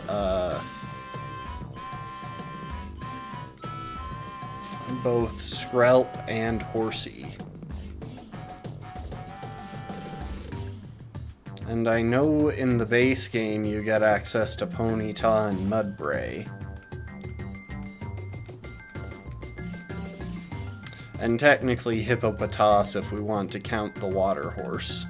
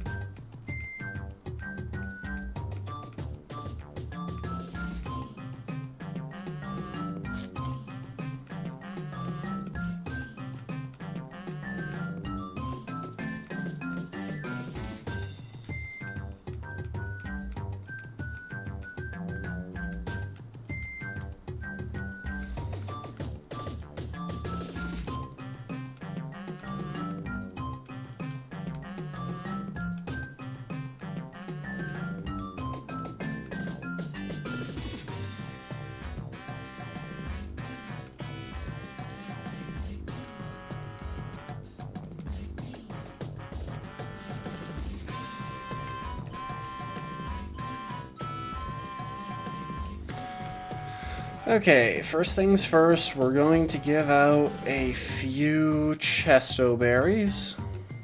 Oh, that was the other thing that I wanted to do. I wanted to fix my berry numbers.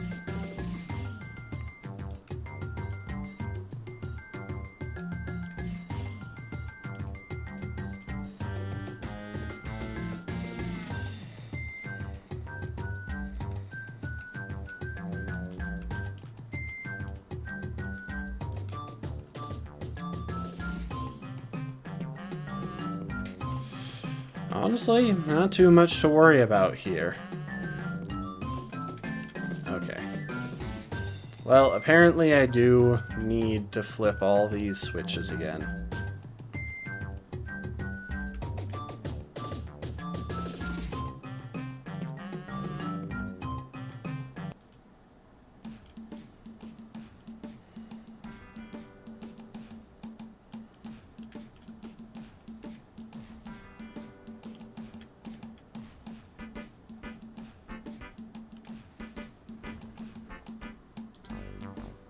You know what, I'm not even going to change it to battle music for this because I honestly can't see a way for this to turn into anything remotely difficult. So this is a double battle, but watch the intricate strategy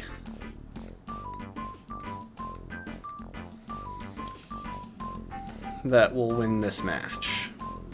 Goombario, Shadow Ball, Soul Rock. Boo, Fake Out, Soul Rock.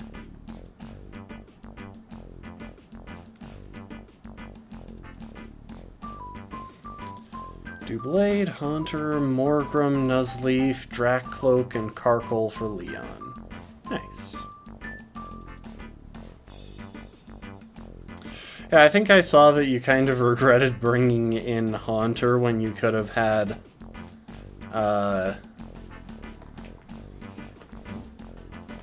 something for Doublade? I can't recall.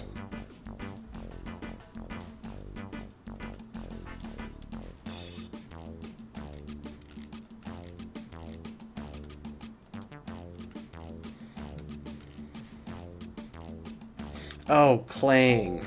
Yeah. You know, one run that I've done a small amount of theory crafting for, that involves a Kling and its evolutionary line, is, I think it was Pokemon Ultra Sun, or just Moon. It's one of the Alola games using only Island Scan Pokemon. I think that one could be fun, and the starter would be a Kling. Anyway. Sushi, come along. You are going to get your 5 minutes of fame as we use you to go about the region.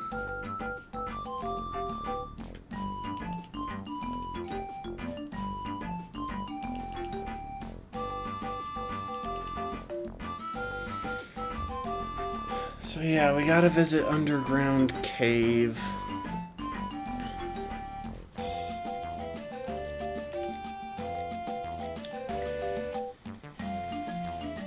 Oh, I did not mean to scroll down.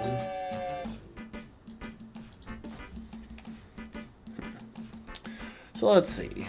For the Team Aqua stuff, we'll want something to deal with their Zubats and Golbats and such, and that job goes to Rosalina.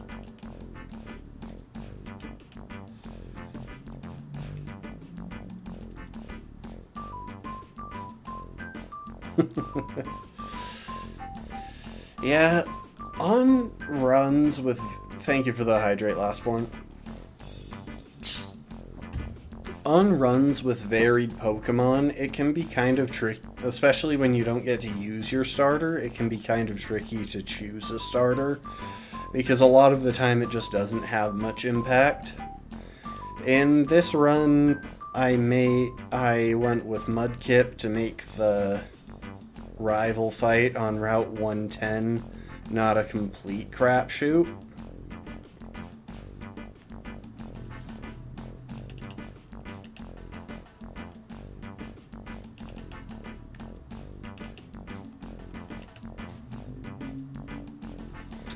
So let's see, we got Zubats and Golbats and the Crobat. We have an option to deal with their Poochyenas and Mightyenas. And we have a couple of options for dealing with their water types. I feel like that should be good enough.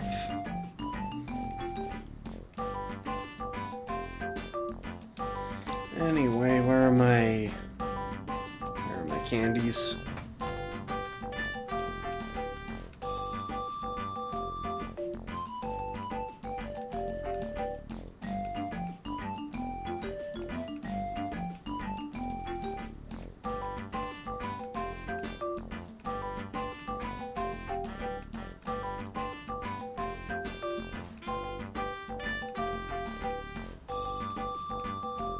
I wonder if Relicanth can learn Strength.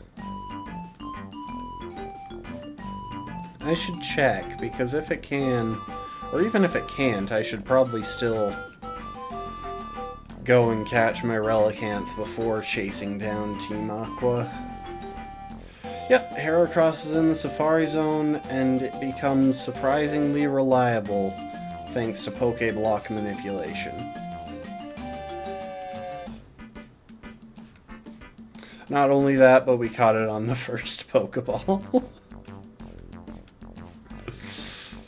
So the Pokéblock manipulation may have been just completely irrelevant.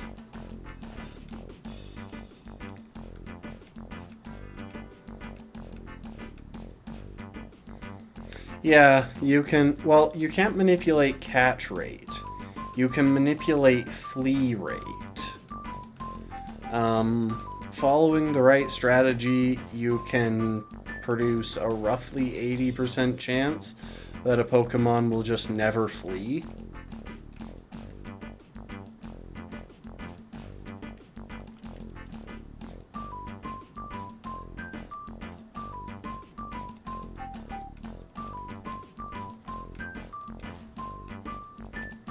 Yeah, I think it's called the Safari Zone Pokeblock glitch on Bulbapedia, something like that. I don't know, I just followed the guide on there. Flygon HG talked about it a good bit in his fighting-only run of Sapphire. So that's how I knew about it.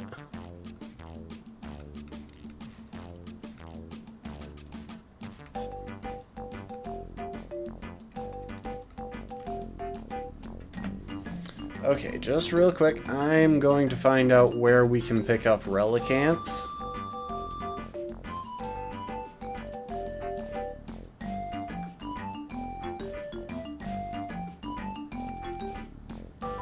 Okay, underwater on Route 24, 5% encounter, right?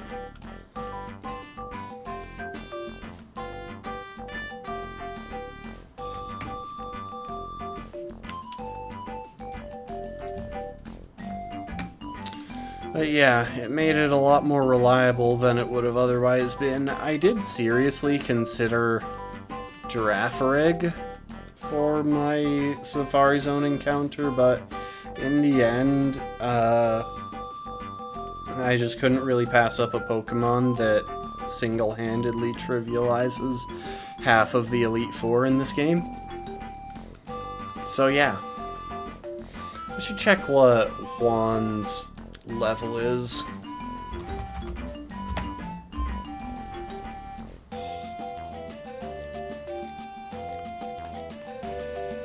Or not Juan, Wallace. Juan is in Emerald. Ruby and Sapphire. What the crap? He's only level 43? Okay, looks like I need to be a little bit careful about the levels on my Pokemon.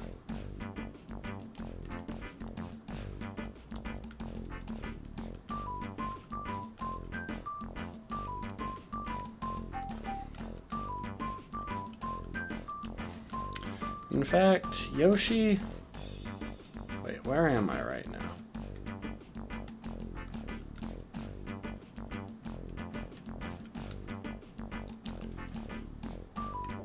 Okay, if I just go underwater, basically anywhere around here, and find some underwater grass, I can use that to track down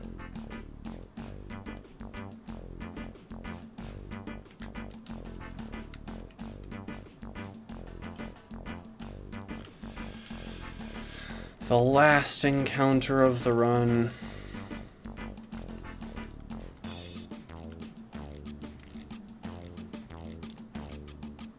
That's not it.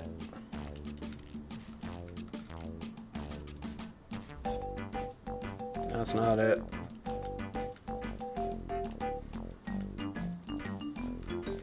Yeah, I mean, I still don't anticipate Wallace being that much trouble, because I've got 2 grass types and 1 electric type.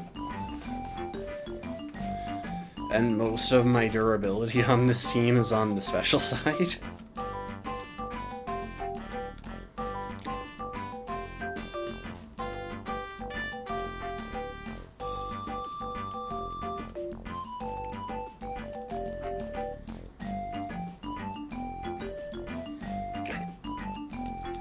Not that I have much durability, because the single-stage Pokemon in this run tend to be a tad on the frail end of things. But yeah, as long as I'm intelligent with the fight, I should be fine.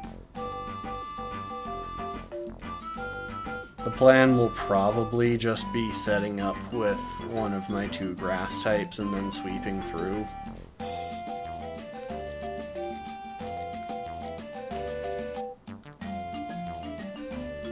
Yes, Tropius does have some weird stats,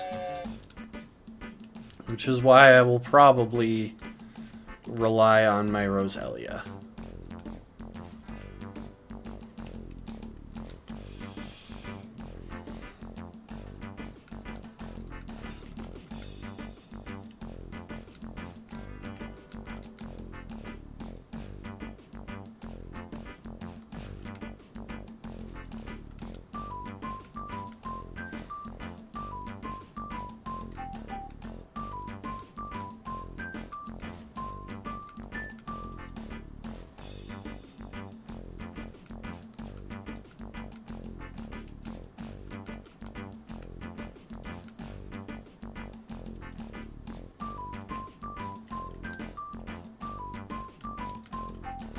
Yeah, and that will help.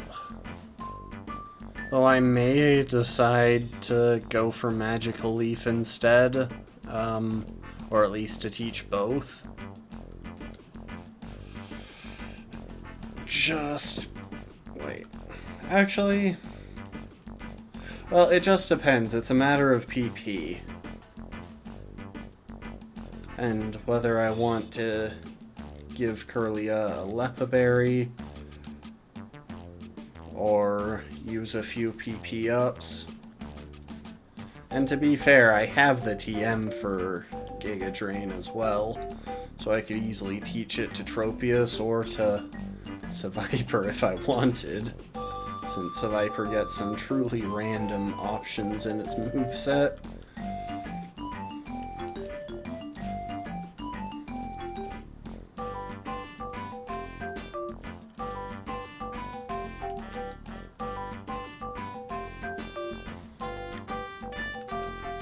At least this hunt shouldn't turn out as awful as trying to track down Kecleon.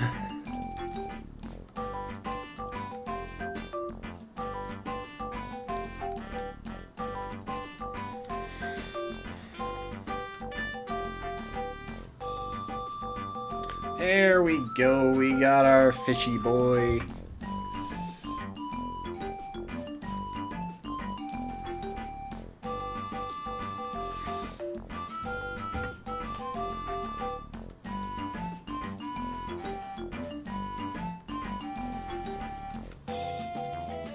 I probably shouldn't have gone into a rock type, given I'm facing a water type, but come to think of it, I don't know if Relicanth even has water type coverage at this level. 33... Okay, you do have Water Gun. Wildly enough, you have a surprisingly decent set of coverage. You know what? I'm just gonna bring in Sushi. And then we'll try one Dive Ball, and if that doesn't work, then we'll throw our Master Ball, because this is our last encounter.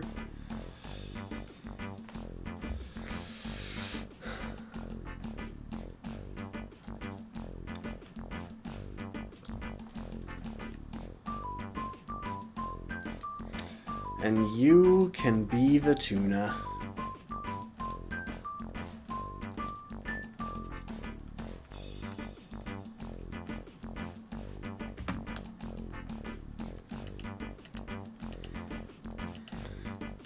Anyone who has played Paper Mario will know that reference. Anyone who hasn't, tough.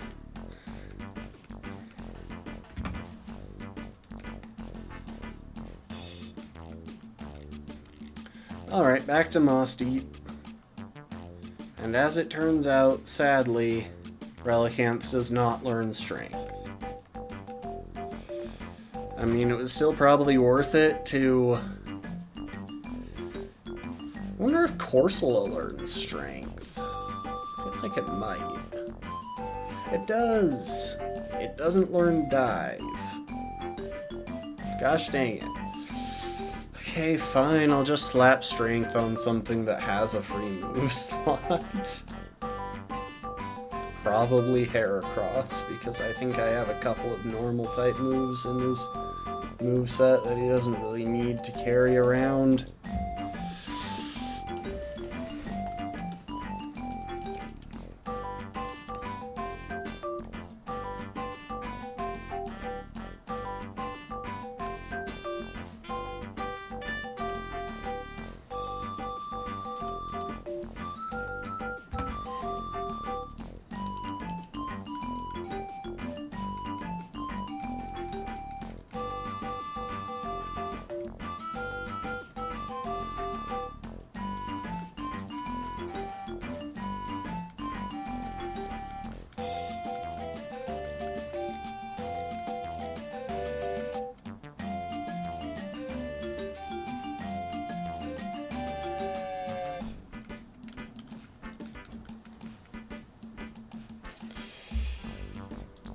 Yeah, I mean, honestly, it's a great coverage option that not many psychic types get access to. The only other Pokemon that I think makes good use of ice type the only other psychic Pokemon that I think makes good use of ice coverage is like Alakazam. Okay, seafloor cave, here we come.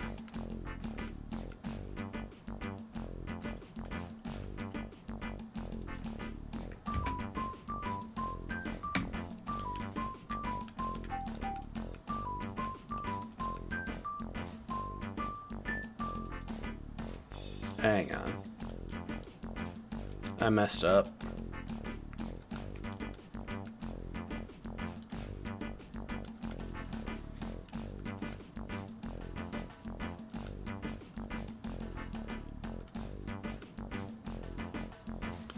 I don't recall if Sigilif gets ice coverage. Though to be fair, by that generation, the physical special split had taken place, and Sigilif has access to special flying coverage, which is arguably a better option.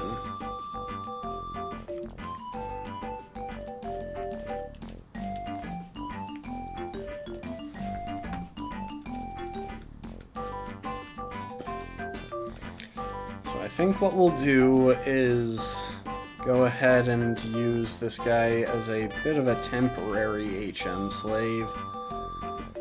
We can fix his moveset with heart scales later on. It's just it would be nice to have it would be nice to not dedicate so many team slots to just HM moves. And by giving this guy Dive and Surf,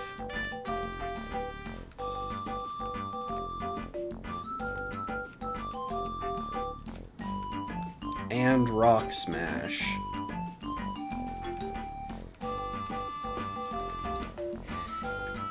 we can minimize the number of move slots that are going to other stuff.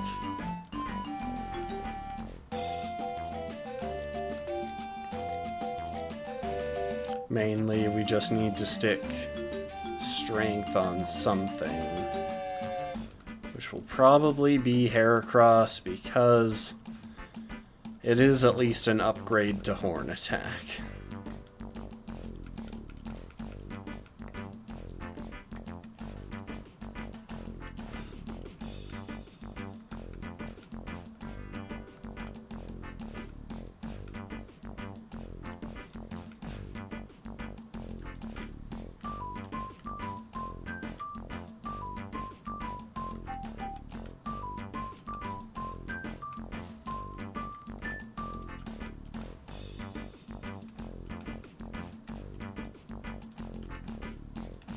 Wait, I should give Rosalina a Person Berry instead of a Citrus Berry, because it'll probably wind up switching in on a couple of Zubats.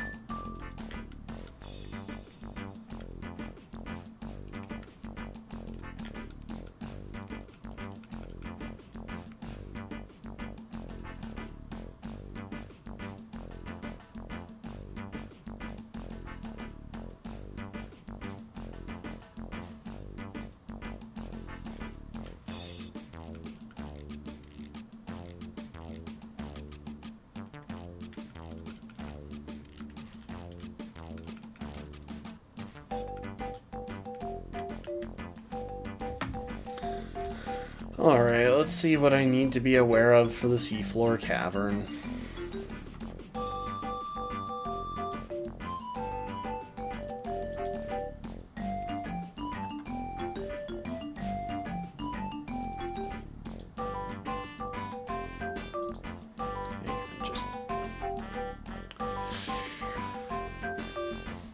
Seafloor cavern, there we go.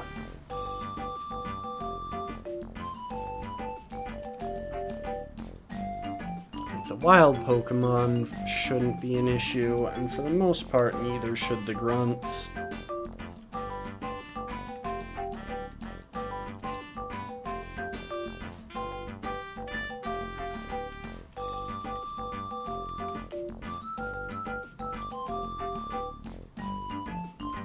Really? Didn't know you could turn all 4 directions.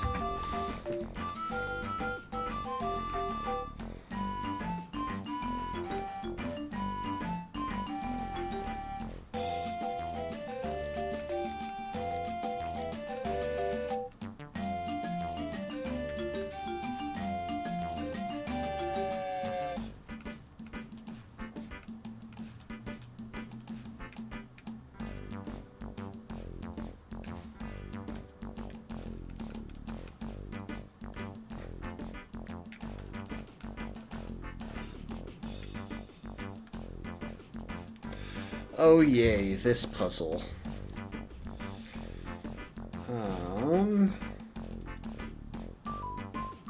So yeah, it starts off with only one way to go. 'Cause any way I go is going to put me into this flow. But now...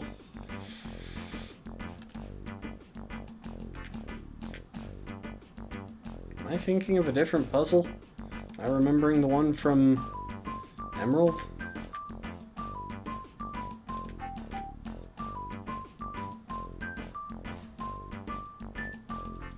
Well, anyway. Oh no, that's the path that leads back to the beginning. Okay, it is this puzzle that I'm remembering, and I... Wally fights you pretty much at the very start of Victory Road, unless I'm going crazy.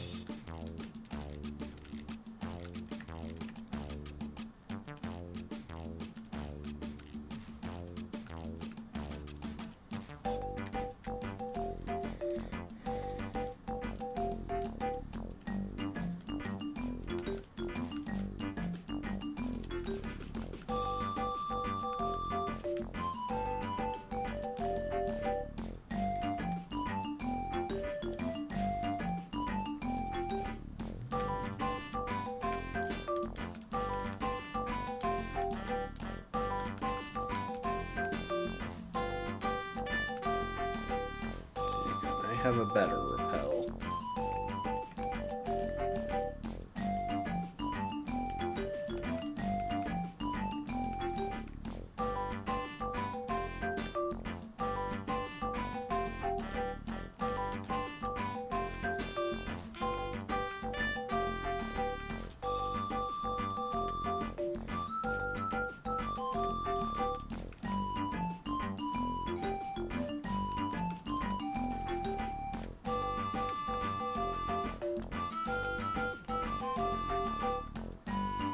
Alright, later be marching.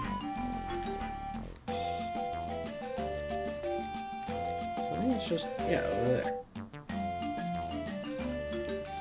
Alright, now to solve the most iconic rock-pushing puzzle in Pokémon. And let's see if I can do it.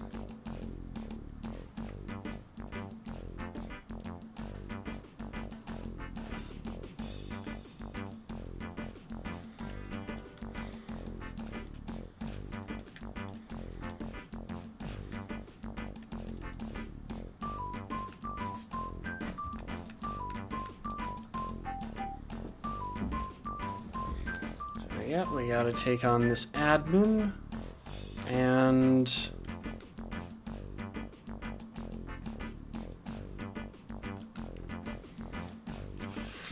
luckily she's not that impressive.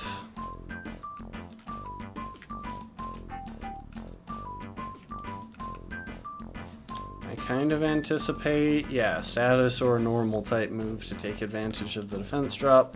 No, there's no way it's a normal type move. Rude.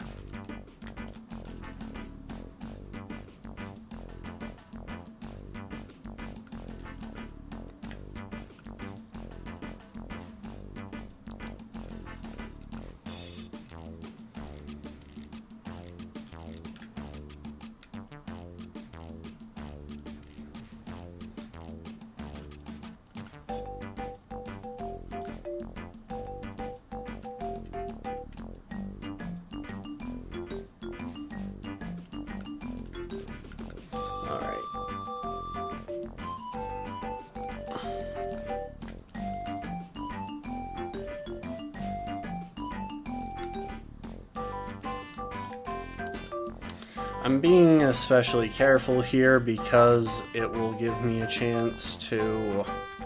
Oh wait, hang on. If I use Endure, then I can have Buzzy eat the Swagger. There we go. Okay, so now it's a fairly safe switch back into Boo to finish it off with Fake Out. I just didn't want to attack with any of my Pokemon swaggered. I realized that I did that with Boo, but... like, setting that aside...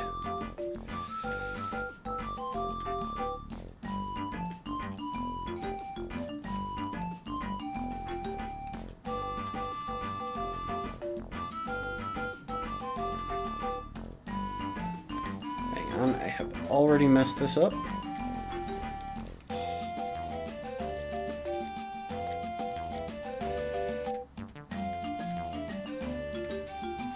Oh, I didn't mean to do that extra bump. Okay, I should put it on normal speed so I stop accidentally bumping these.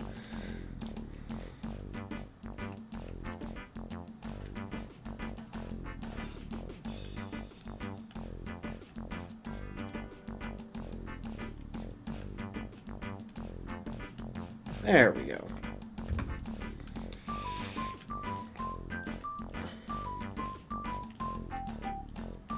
And now let's see what this final fight is gonna be in here.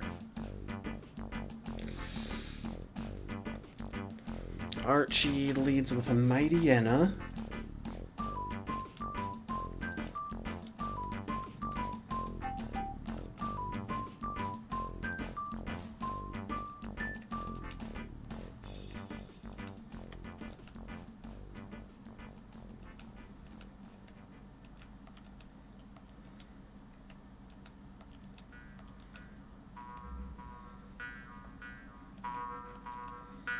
Rosalina has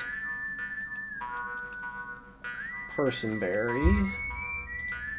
Okay, so Mightyena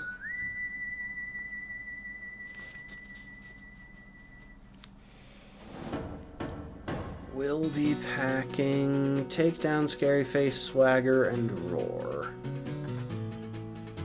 I'm probably gonna want a Personberry on my on Buzzy as well. That Crobat will be Air Cutter, Confuse Ray, Wing Attack, and Bite.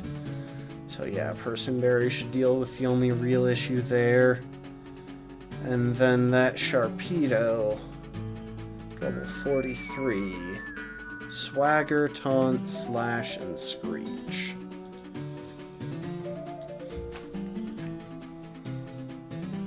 Yeah, as long as I play smart around that Swagger, Boo can eventually kill it. Thank you for the Hydrate, Lastborn.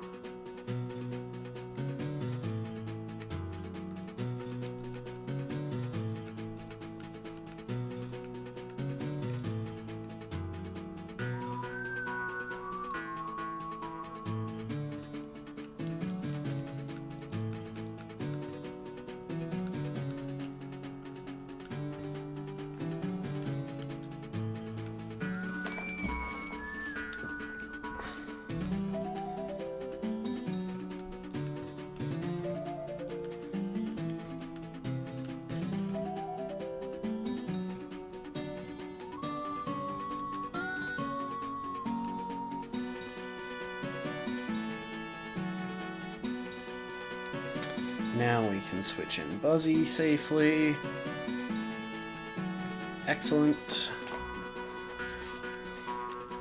That'll bring in the Crobat to go for a flying type move, so we bring in Rosalina, who can easily take that and one-shot with Psychic while ignoring the Confuse Ray with Personberry. This isn't even a fight anymore.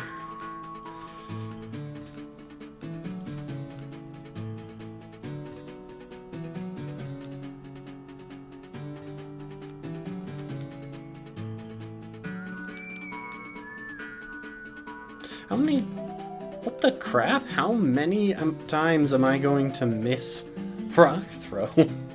Twice in a row is a 1% chance. Anyway, we've been swaggered. So now he just straight up won't...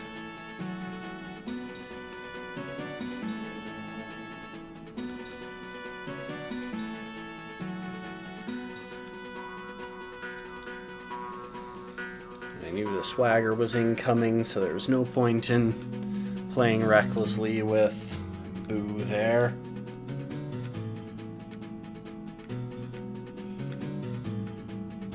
See, I've seen a lot of people complain about the whole red orb, blue orb thing, and how somehow they should have known that it was the blue orb that let you control Kyogre instead of the red.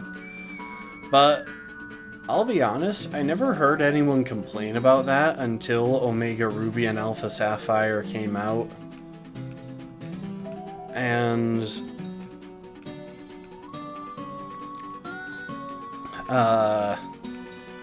had the red orb assigned to Kyogre and the blue orb assigned to...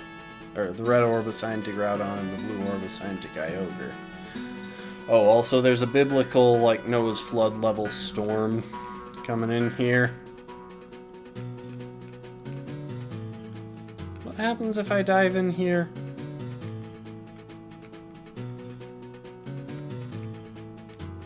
Ah, we got a protein.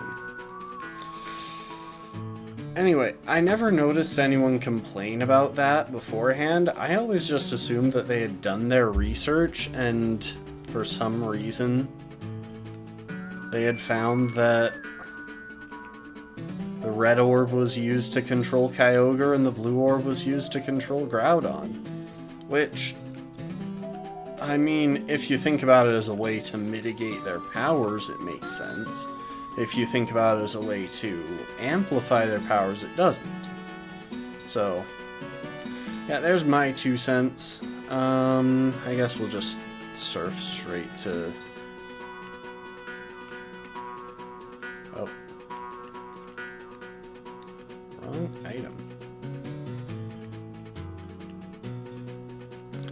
Anyway, let's look at the map. Okay, we gotta go up and left.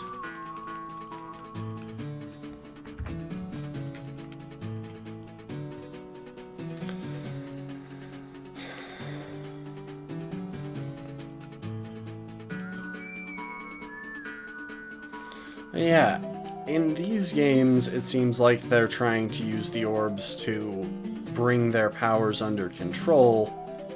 In the other games, it seems like they're using them to amplify it because that's how you get their primal reversions.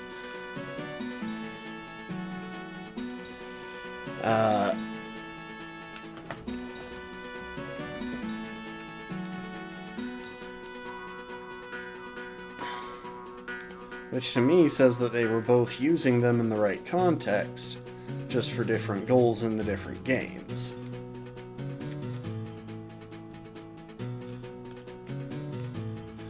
Okay.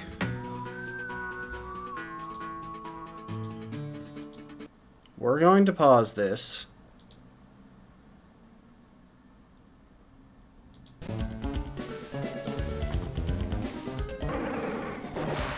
And then we're going to watch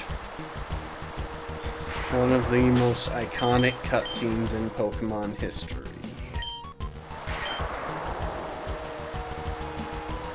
Oh, no, we're not.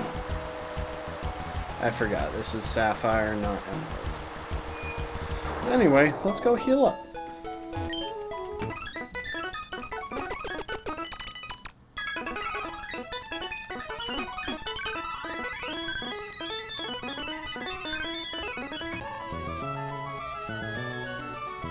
And now you'll know why I've had this thing muted the entire time. Anyway. I don't know that we really need... Oh, you know what we do need? This is the one... Coming up, I think, is... Wait, do we need the... Mach Bike for our first pass through.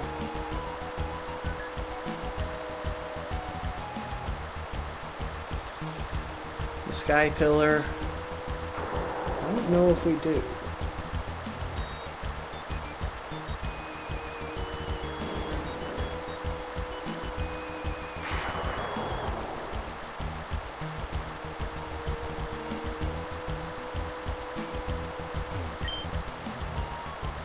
Ah, yes. Massive crisis. Gym leader closes their doors. Let's clear up our inventory.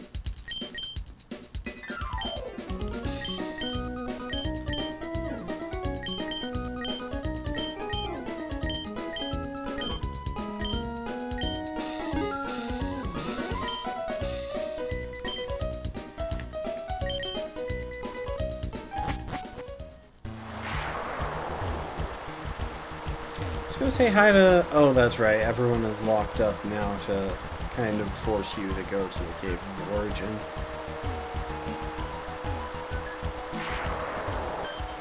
Hi, Steven.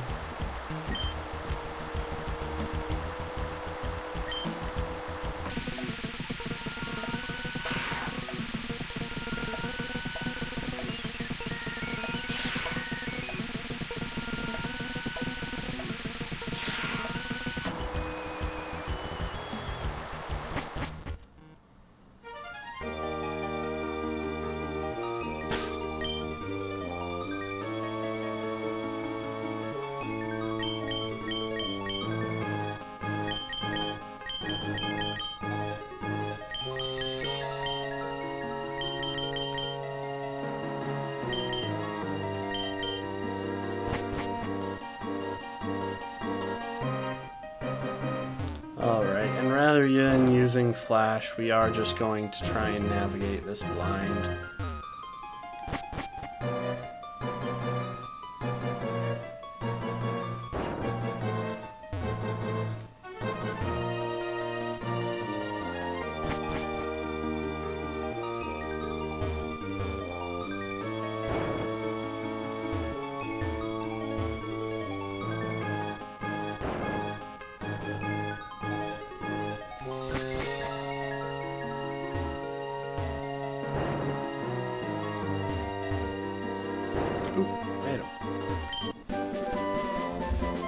So real quick, what items are there in this cave? I should check this. Oh, I am in completely the wrong location anyway. So is this Satopolis then? Yep. Cave of Origin.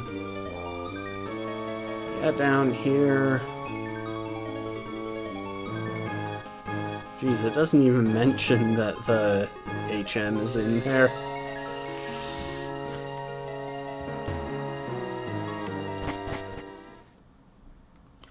And it's time to have our epic battle with Kyogre.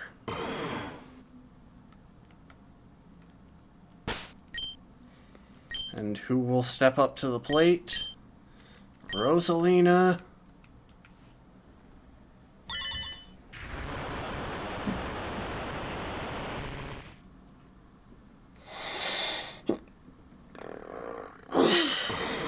Also, can I crack off a couple of those blue gemstones that are in the walls? Seems like those might be valuable.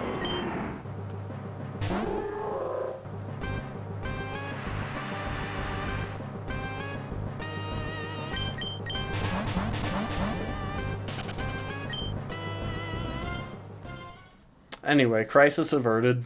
Let's break out one of those escape ropes. So I don't have to navigate my way back through the dark.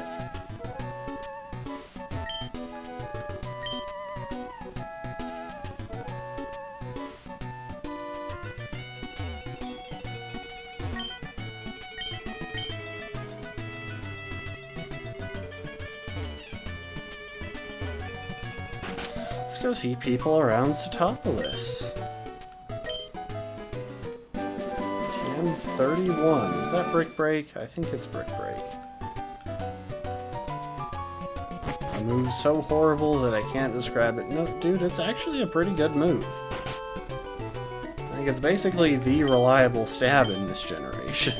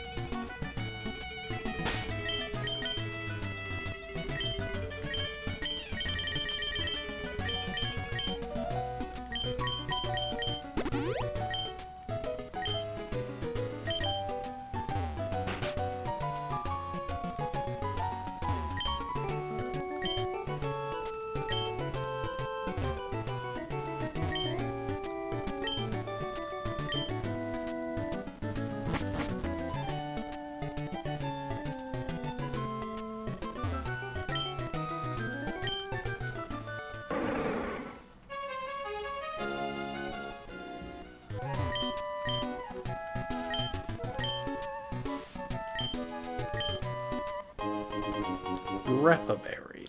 Nice. I don't know what this is actually even used for.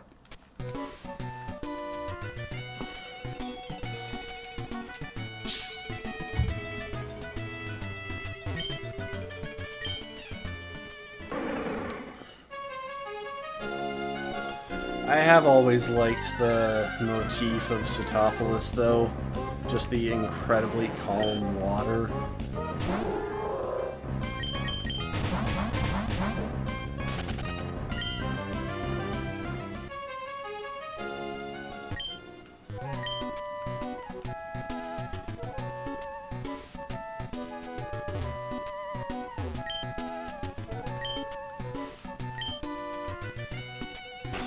Like, this would be a really cool place to live. Not quite Pacifidlog, but still a really cool place to live.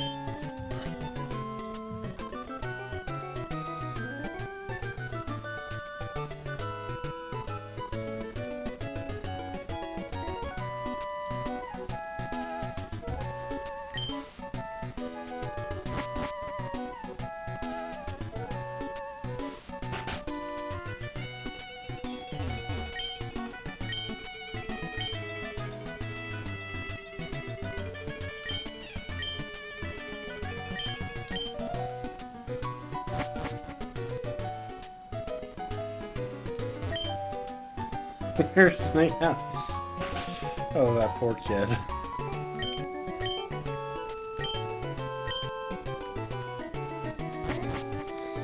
You know, we should duck back to Mount Pyre briefly and return the orb that we've still got.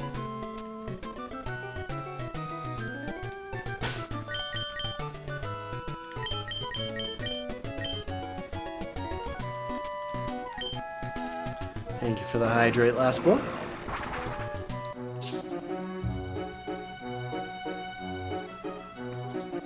Also, I'm going to mute this so I can use speed up again.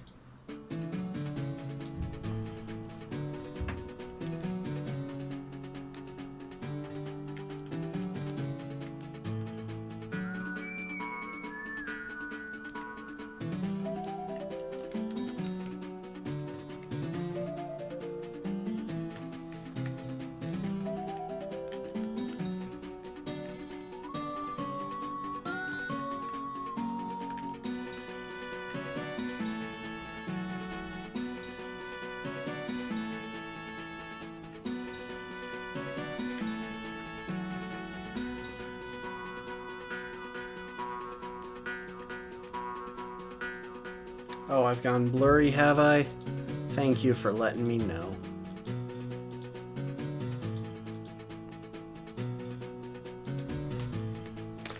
There we go.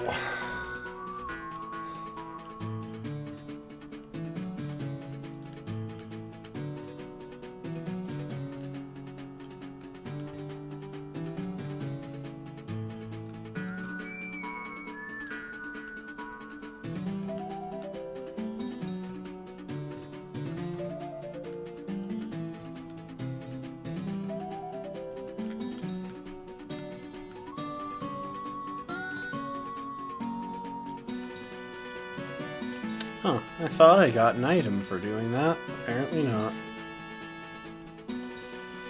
Okay. We're gonna head to Fall Arbor Town to do the preparations for our gym battle. And the reason for that is that this place has the move reminders. So now let's take a look at which Pokemon we'll want in our team for the gym battle.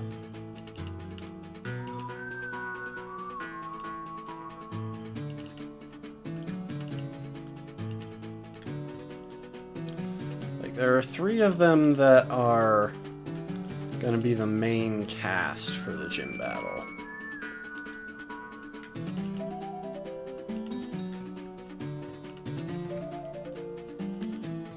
And that's the 3 that I currently have in the party. There's Bulb,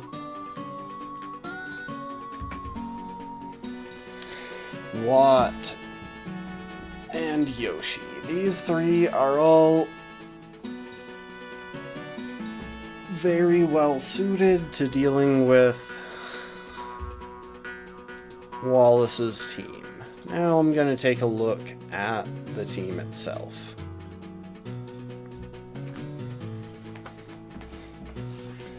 Okay, so I want to see what moves Yoshi can relearn real quick.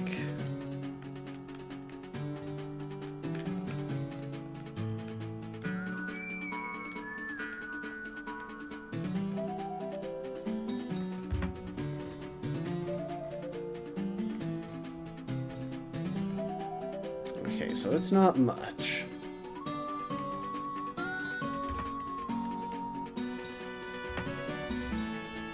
We could reteach growth.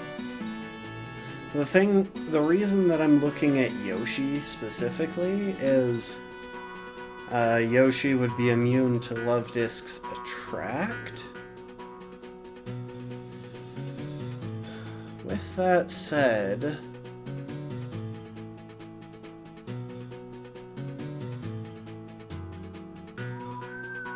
as far as Bulb goes,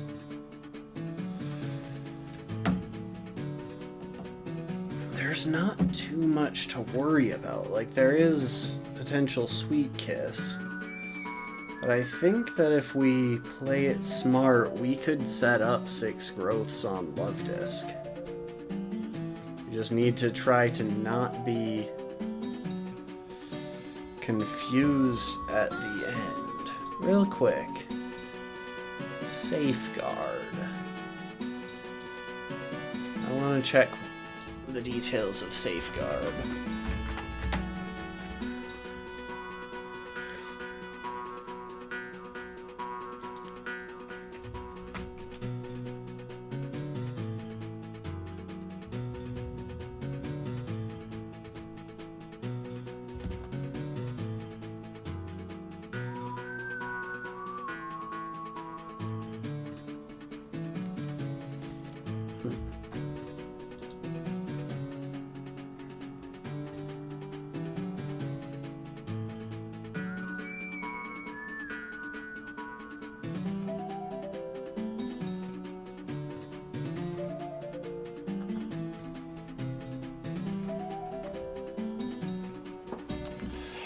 Okay, so it should...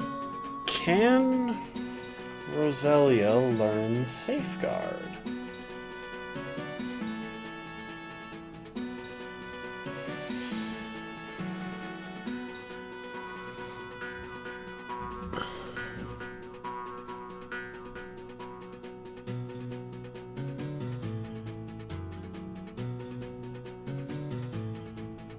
Doesn't look like it.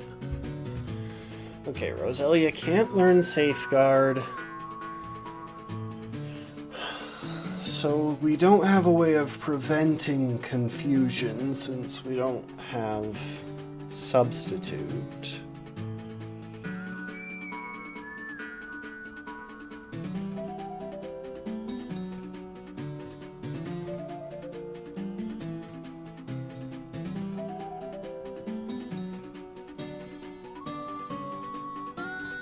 That said, if we drop a Leech Seed.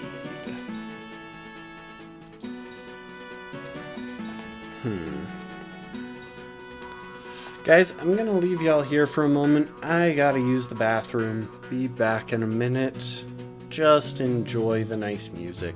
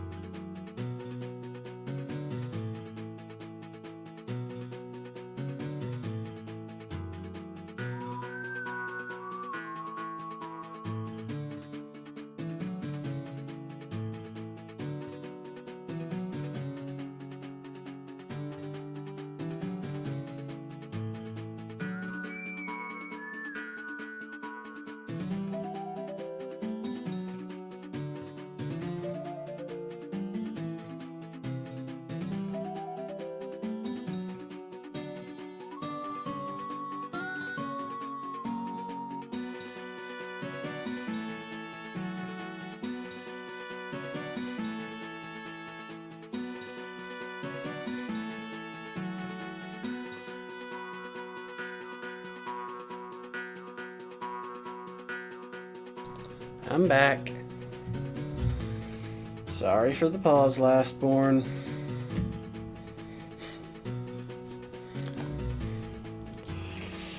That said, while I was in the bathroom, I did give it a bit of a think, and luckily, I don't think this should turn out to be too complicated. Just want to check one thing. So...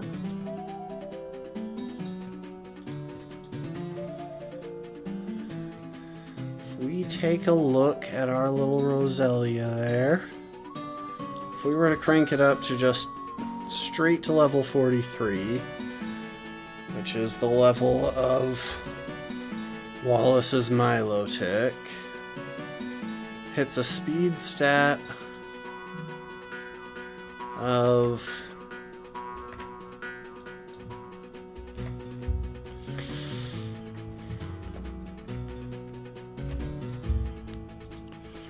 93. Now, is that fast enough to outspeed Wallace's team as a whole? Blah, blah, blah, blah. Psychics, leaders.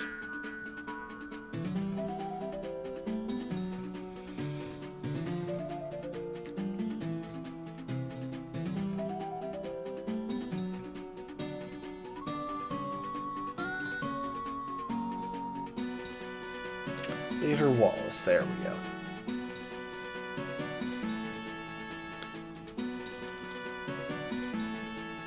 Speed. Okay, that is enough to outspeed everything on this team, which means we should be able to do something pretty simple here.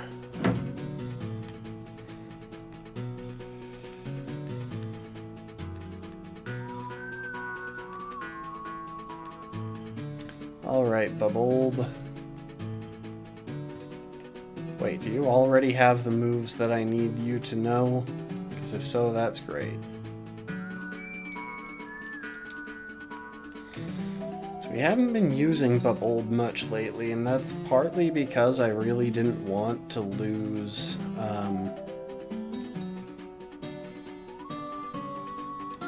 I didn't want to risk Bubulb in a random battle when he would be very useful against Wallace.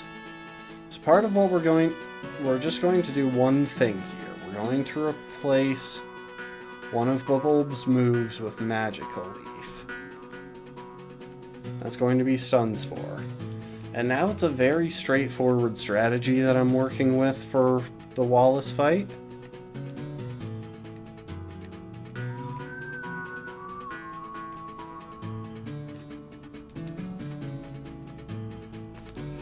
And that strategy is to lead with Watt and paralyze his Love Disc,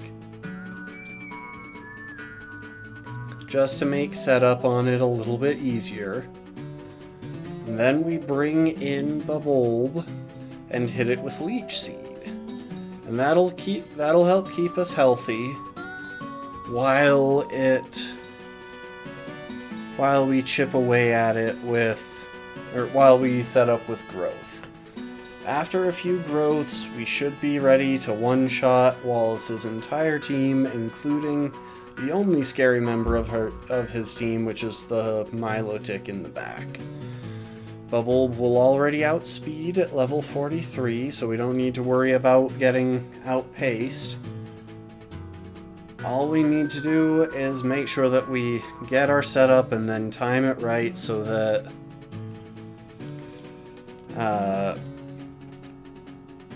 we're not confused when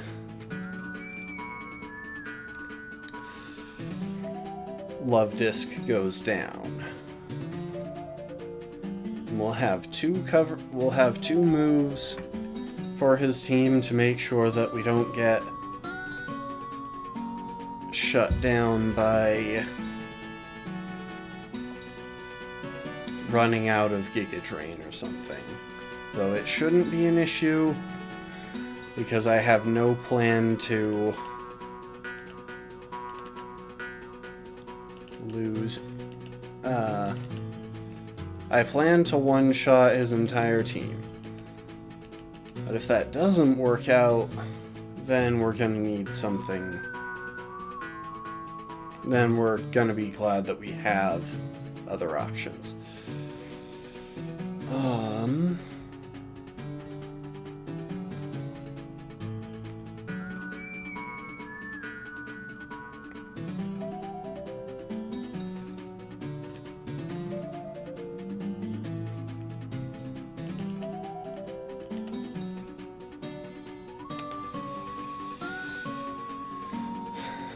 Trying to come up with decent backup plans.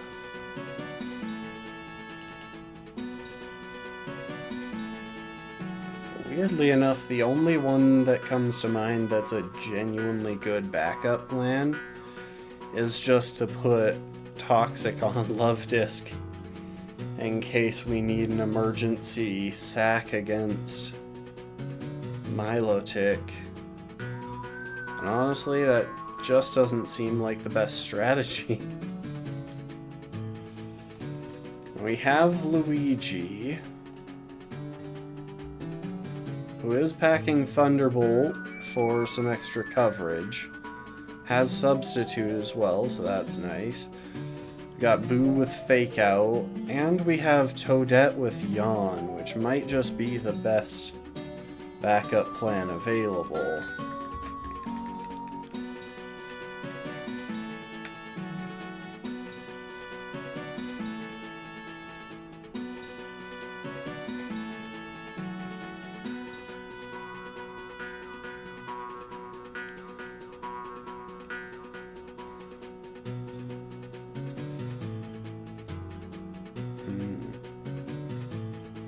You know what? One more backup.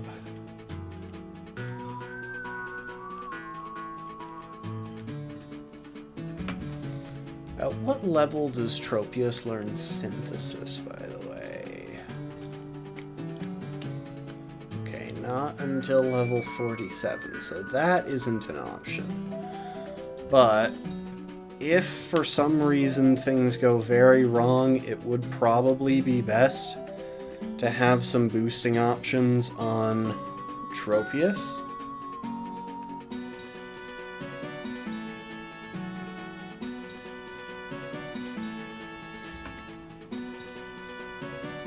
Growth?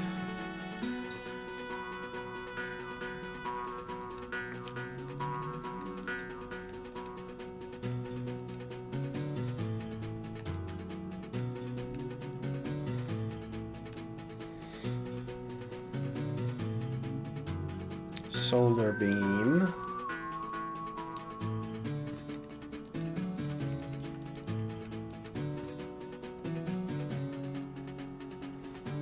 Where do we get the TM for Sunny Day?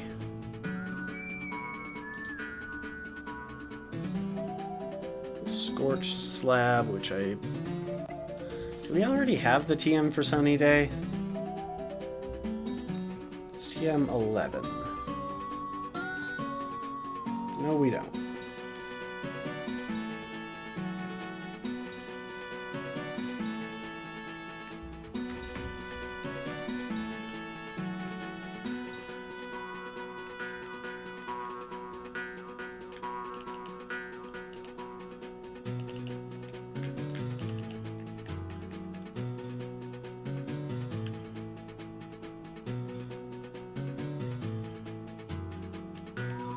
Oh. This shouldn't really be an issue. I mean, I'm leading with the one Pokemon on my team that has room for levels, and we left this area a while back. So yeah, we're a bit over-leveled here.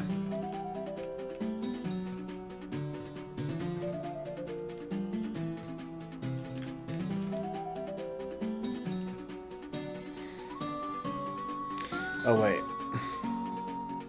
Went past the path to the Scorched Slab.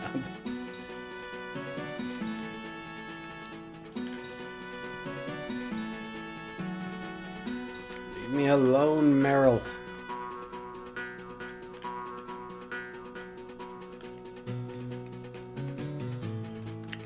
There we go. We got the TM for Sunny Day.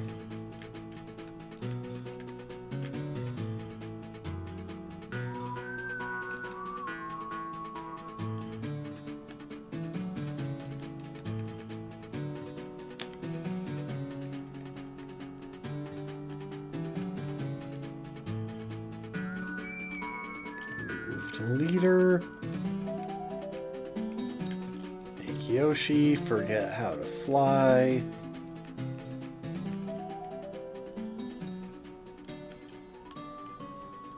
You know, I just realized it is an absolute requirement to take something that knows how to surf to the gym with us, so we are going to need to swap something.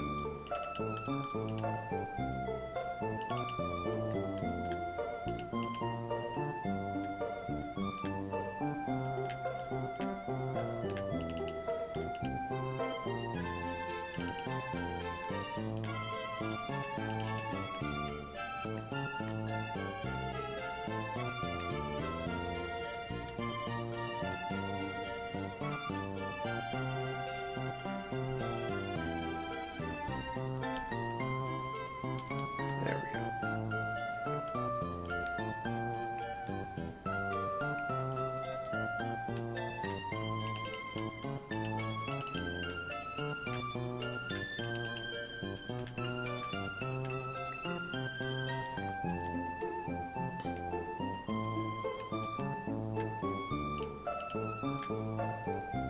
Yeah, in the sun, Tropius will outspeed everything.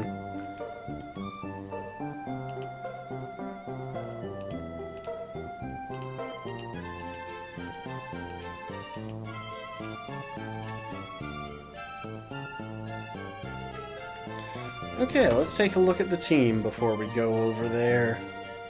Giga Drain, Growth, Leech Seed, and Magical Leaf. That's exactly what we want for setting up on that Love Disc. We got Thunder Wave, Baton Pass, Encore. Yep, we got our basic support moveset on Plusle.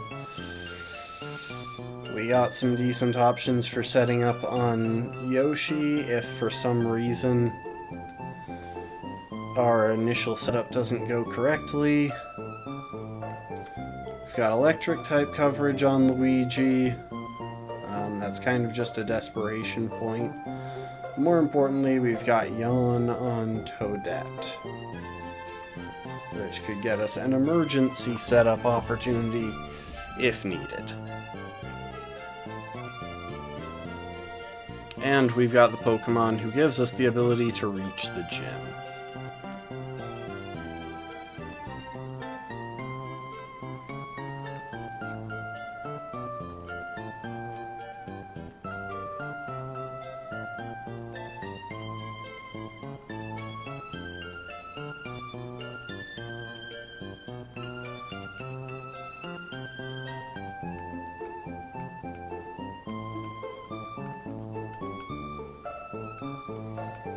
We'll worry about the final leveling once we're in there.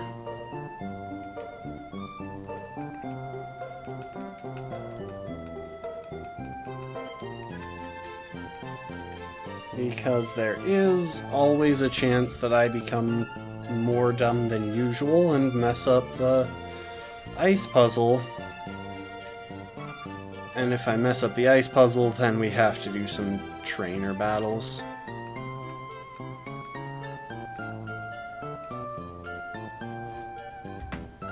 Because if we take a look, so there's the ice puzzle. And there are the trainers. So yeah, if you don't get the puzzle correct, you fall through the ice and have to battle your way out of the gym. And this is going to be the last thing we do in today's stream, I think. Why am I on speed up mode?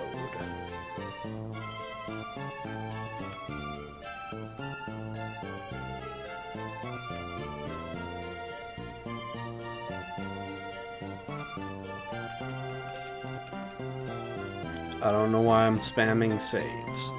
Falling down below and having to fight my way out is not a valid reason for Um,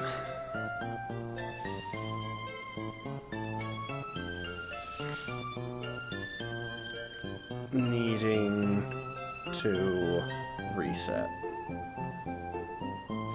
Okay, this is the part that I need to remember. So I'm thinking... Nope, not that. Okay.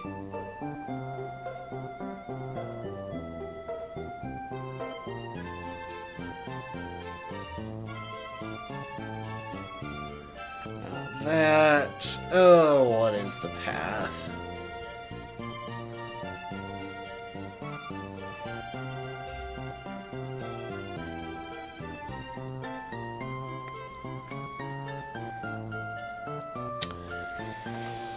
I've solved this so many times before. Why am I drawing a blank now?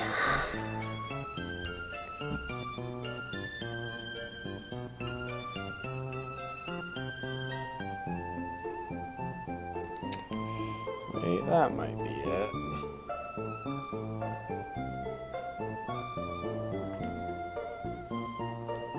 No, it's not.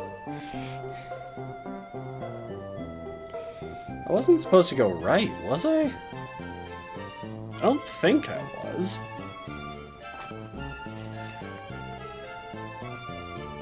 If I was, then I've already messed this up and I'm gonna have to fight my way out.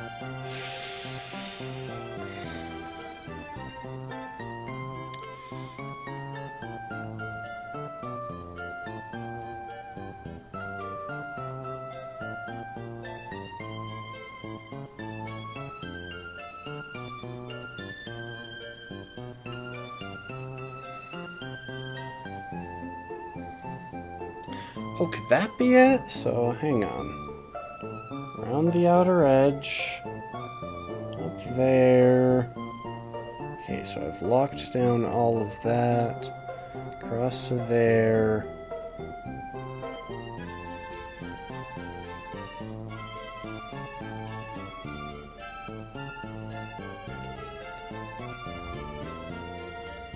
No, that messes it up. I think I may have gone the wrong way. I think I was supposed to go right.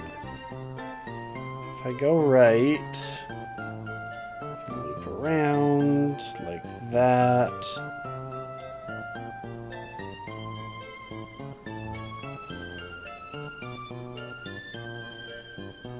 Yeah, I was supposed to go right. Alright, well, I can cut out most of the rooms by falling down here.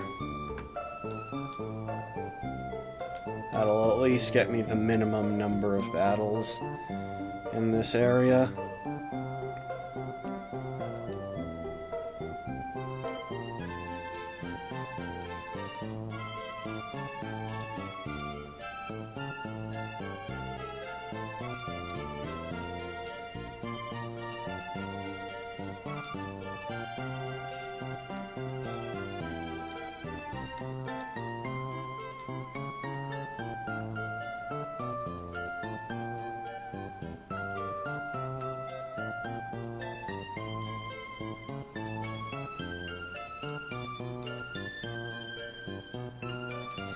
You know, I just realized this thing probably has Horn Drill. Okay, it had at least Horn Attack.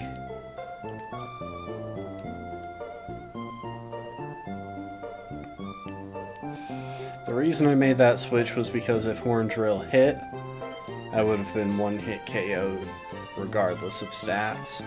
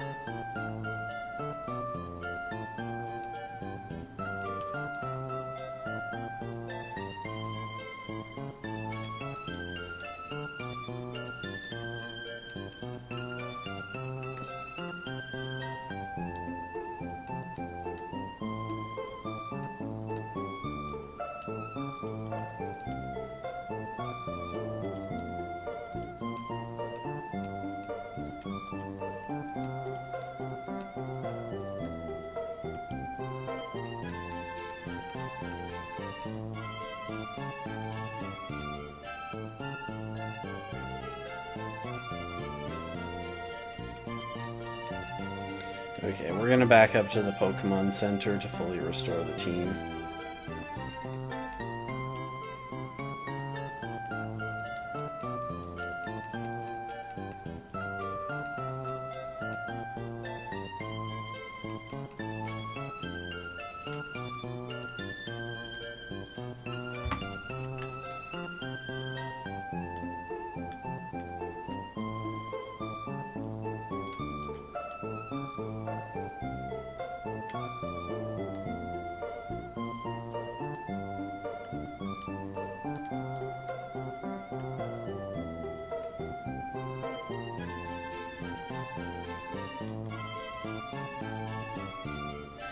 Okay, now I believe my path is just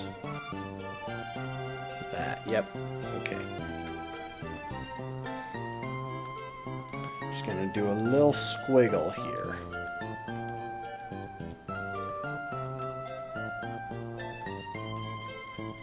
There we go.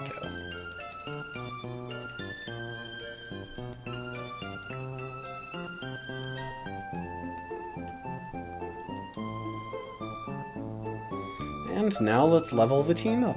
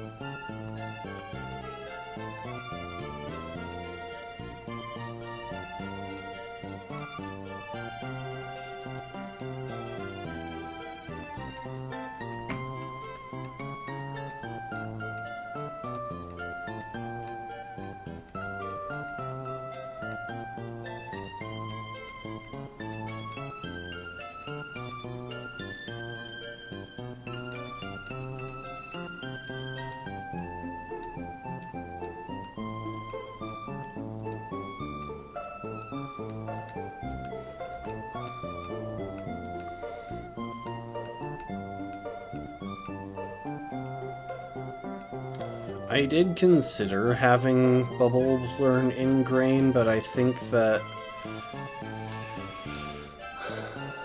leaving myself the option to switch, even if I miss out on that little extra bit of recovery, is the right call for this fight. So if he starts pulling out some bullcrap, then we're going to want the freedom to switch. With that said,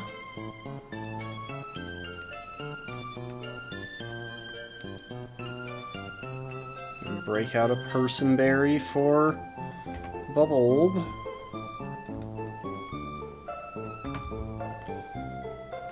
And what other items do we want? Any other status that I can see coming? Celio could hypothetically use Body Slam, so that could be annoying. Everything on this team has Water Pulse, so we'll at least give our grass types Person Berries.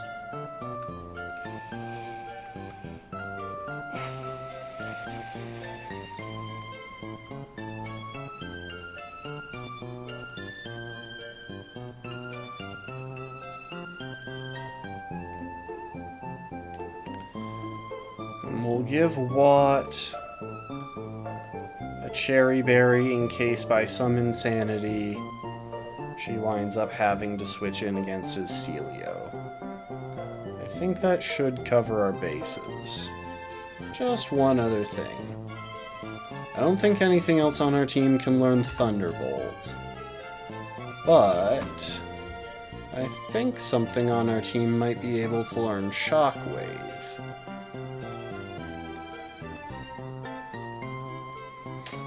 Though a neutral Shockwave, or a super effective Shockwave, is less effective than a neutral Stab Psychic, so I probably shouldn't bother with that now that I think about it.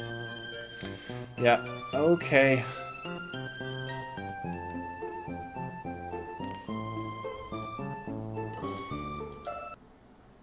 Alright. one last gym battle for this stream.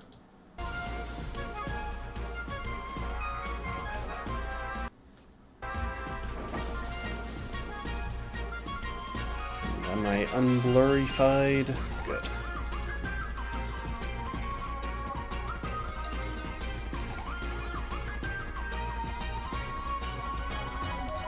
Leader of Sotopolis.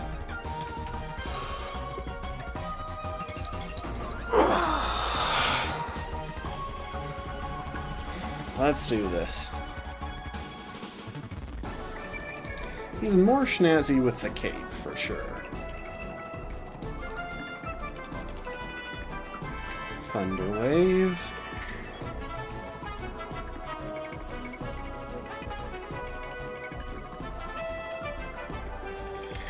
And we'll baton pass for style points.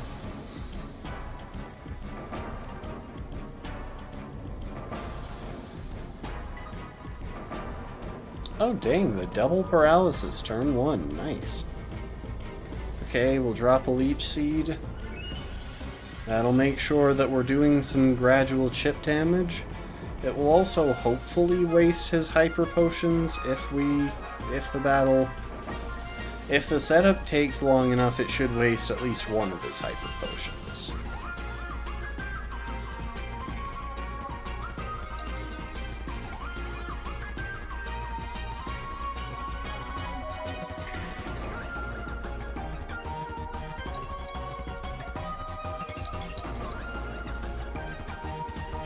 And because there is a benefit to having the setup take a long time, I am just gonna get to +6.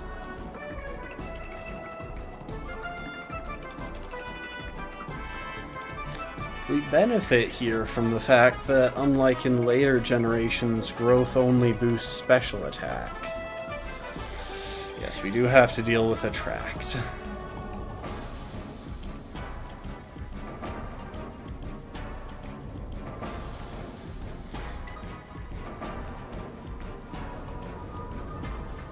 And this is one of the things that could make this setup take a while. If we get comboed by Attract and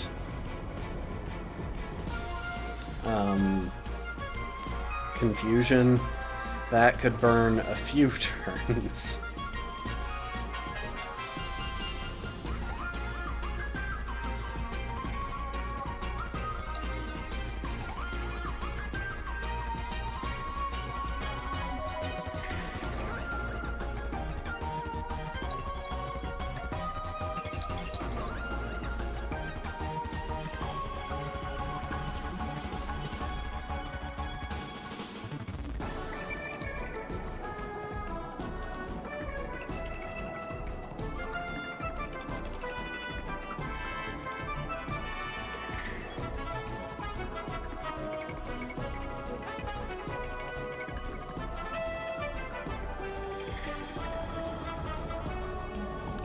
That is one Hyper Potion down.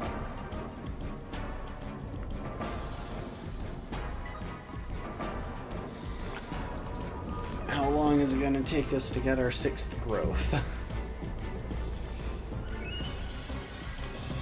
I don't know why he's just stopped going for Sweet Kiss anymore as well.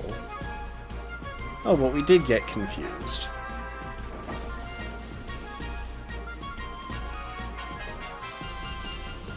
We got confused by Water Pulse, but not by Sweet Kiss. Okay, we're at +6, which means that if we can get an attack off now, we can start our sweep. But if we can't, and we happen to get confused... Okay, no confusion that turn.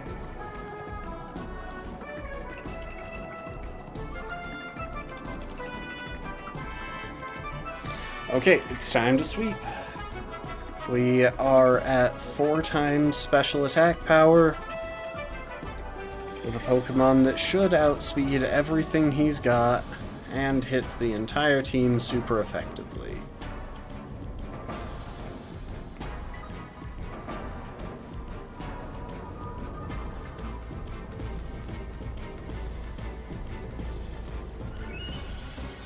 The fact that in this generation, the time that it takes to run out of HP is related to just how much HP the opponent has is pretty dang nerve-wracking, I will say.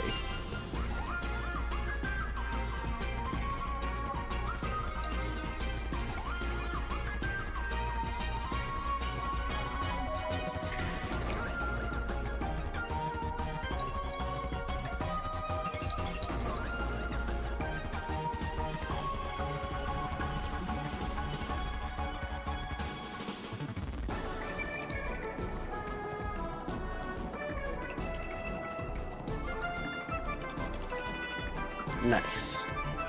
Going pretty smooth and straightforward. I'll take it.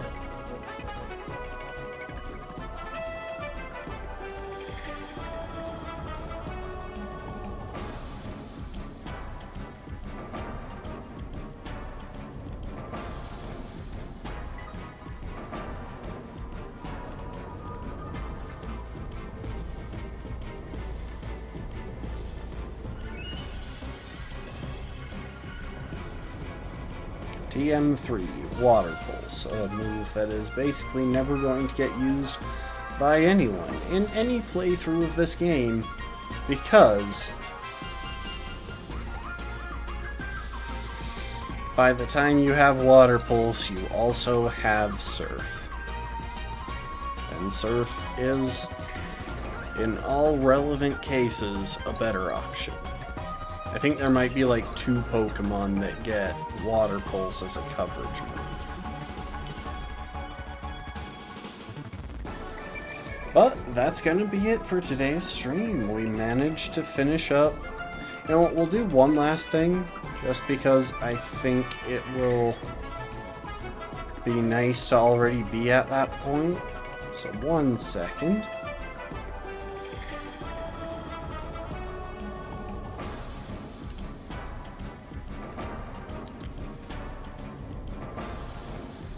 There's that waterfall, TM.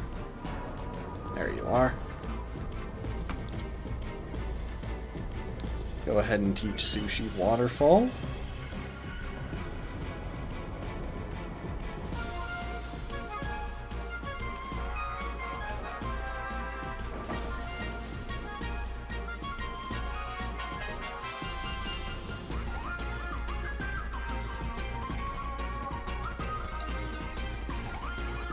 Let's go and get the checkpoint at Evergrande City. Just so we don't have to get there next time. We can just have that as a flying point. And not worry about it again.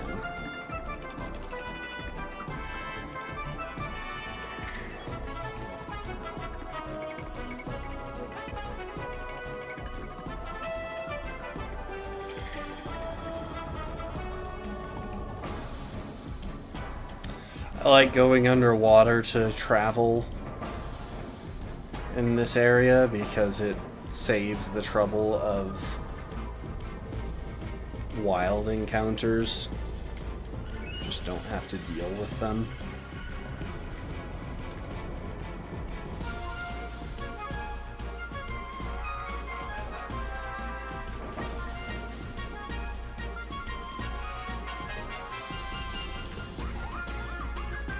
Anyway, now that we can use Waterfall, we can climb this waterfall to Evergrande City.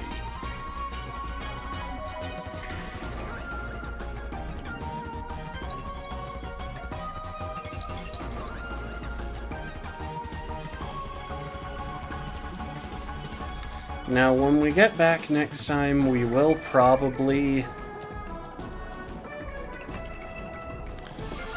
do some exploring about the region, because there are a couple of goodies that we haven't picked up that might come in handy, a couple of TMs specifically that might come in handy, and a few of them involve going up waterfalls, so it'll be good to have that option. But honestly, there's not much else. I'm gonna try and do some planning between now and next time. I think I should have a decent plan for the Elite Four. I've got at least a couple of them figured out already. The Dark-type Elite Four and the Ice-type Elite Four should both be clean sweeps with Heracross. There really shouldn't be anything to figure out there. Like, we should just be able to click the attack. We should just be able to click Brick Break a few times a piece in their teams and just win.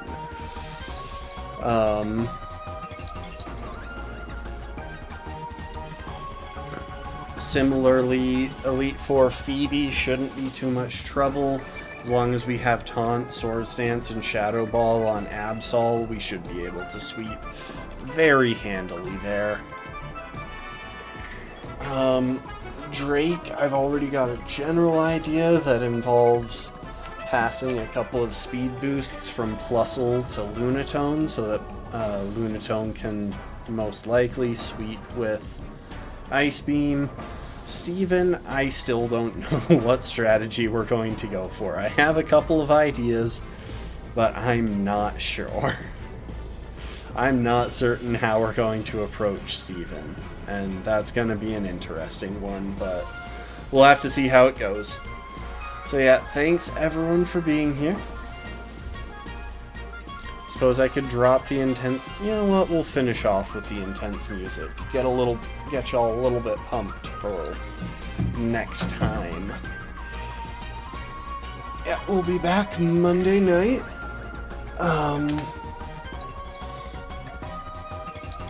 At which point we'll be able to most likely finish this up, and then I've got a few games lined up after that. I think it'll be a minute before I do another challenge run. But like, I got a game for Christmas that I'd like to try on stream. I have a game that I got myself around Christmas time that I'd like to try on stream as well. And both of those I've been looking forward to. I won't spoil anything until the time comes. But thanks for being here. I appreciate y'all. Hope you enjoyed. And I hope to see you next time. Later, folks.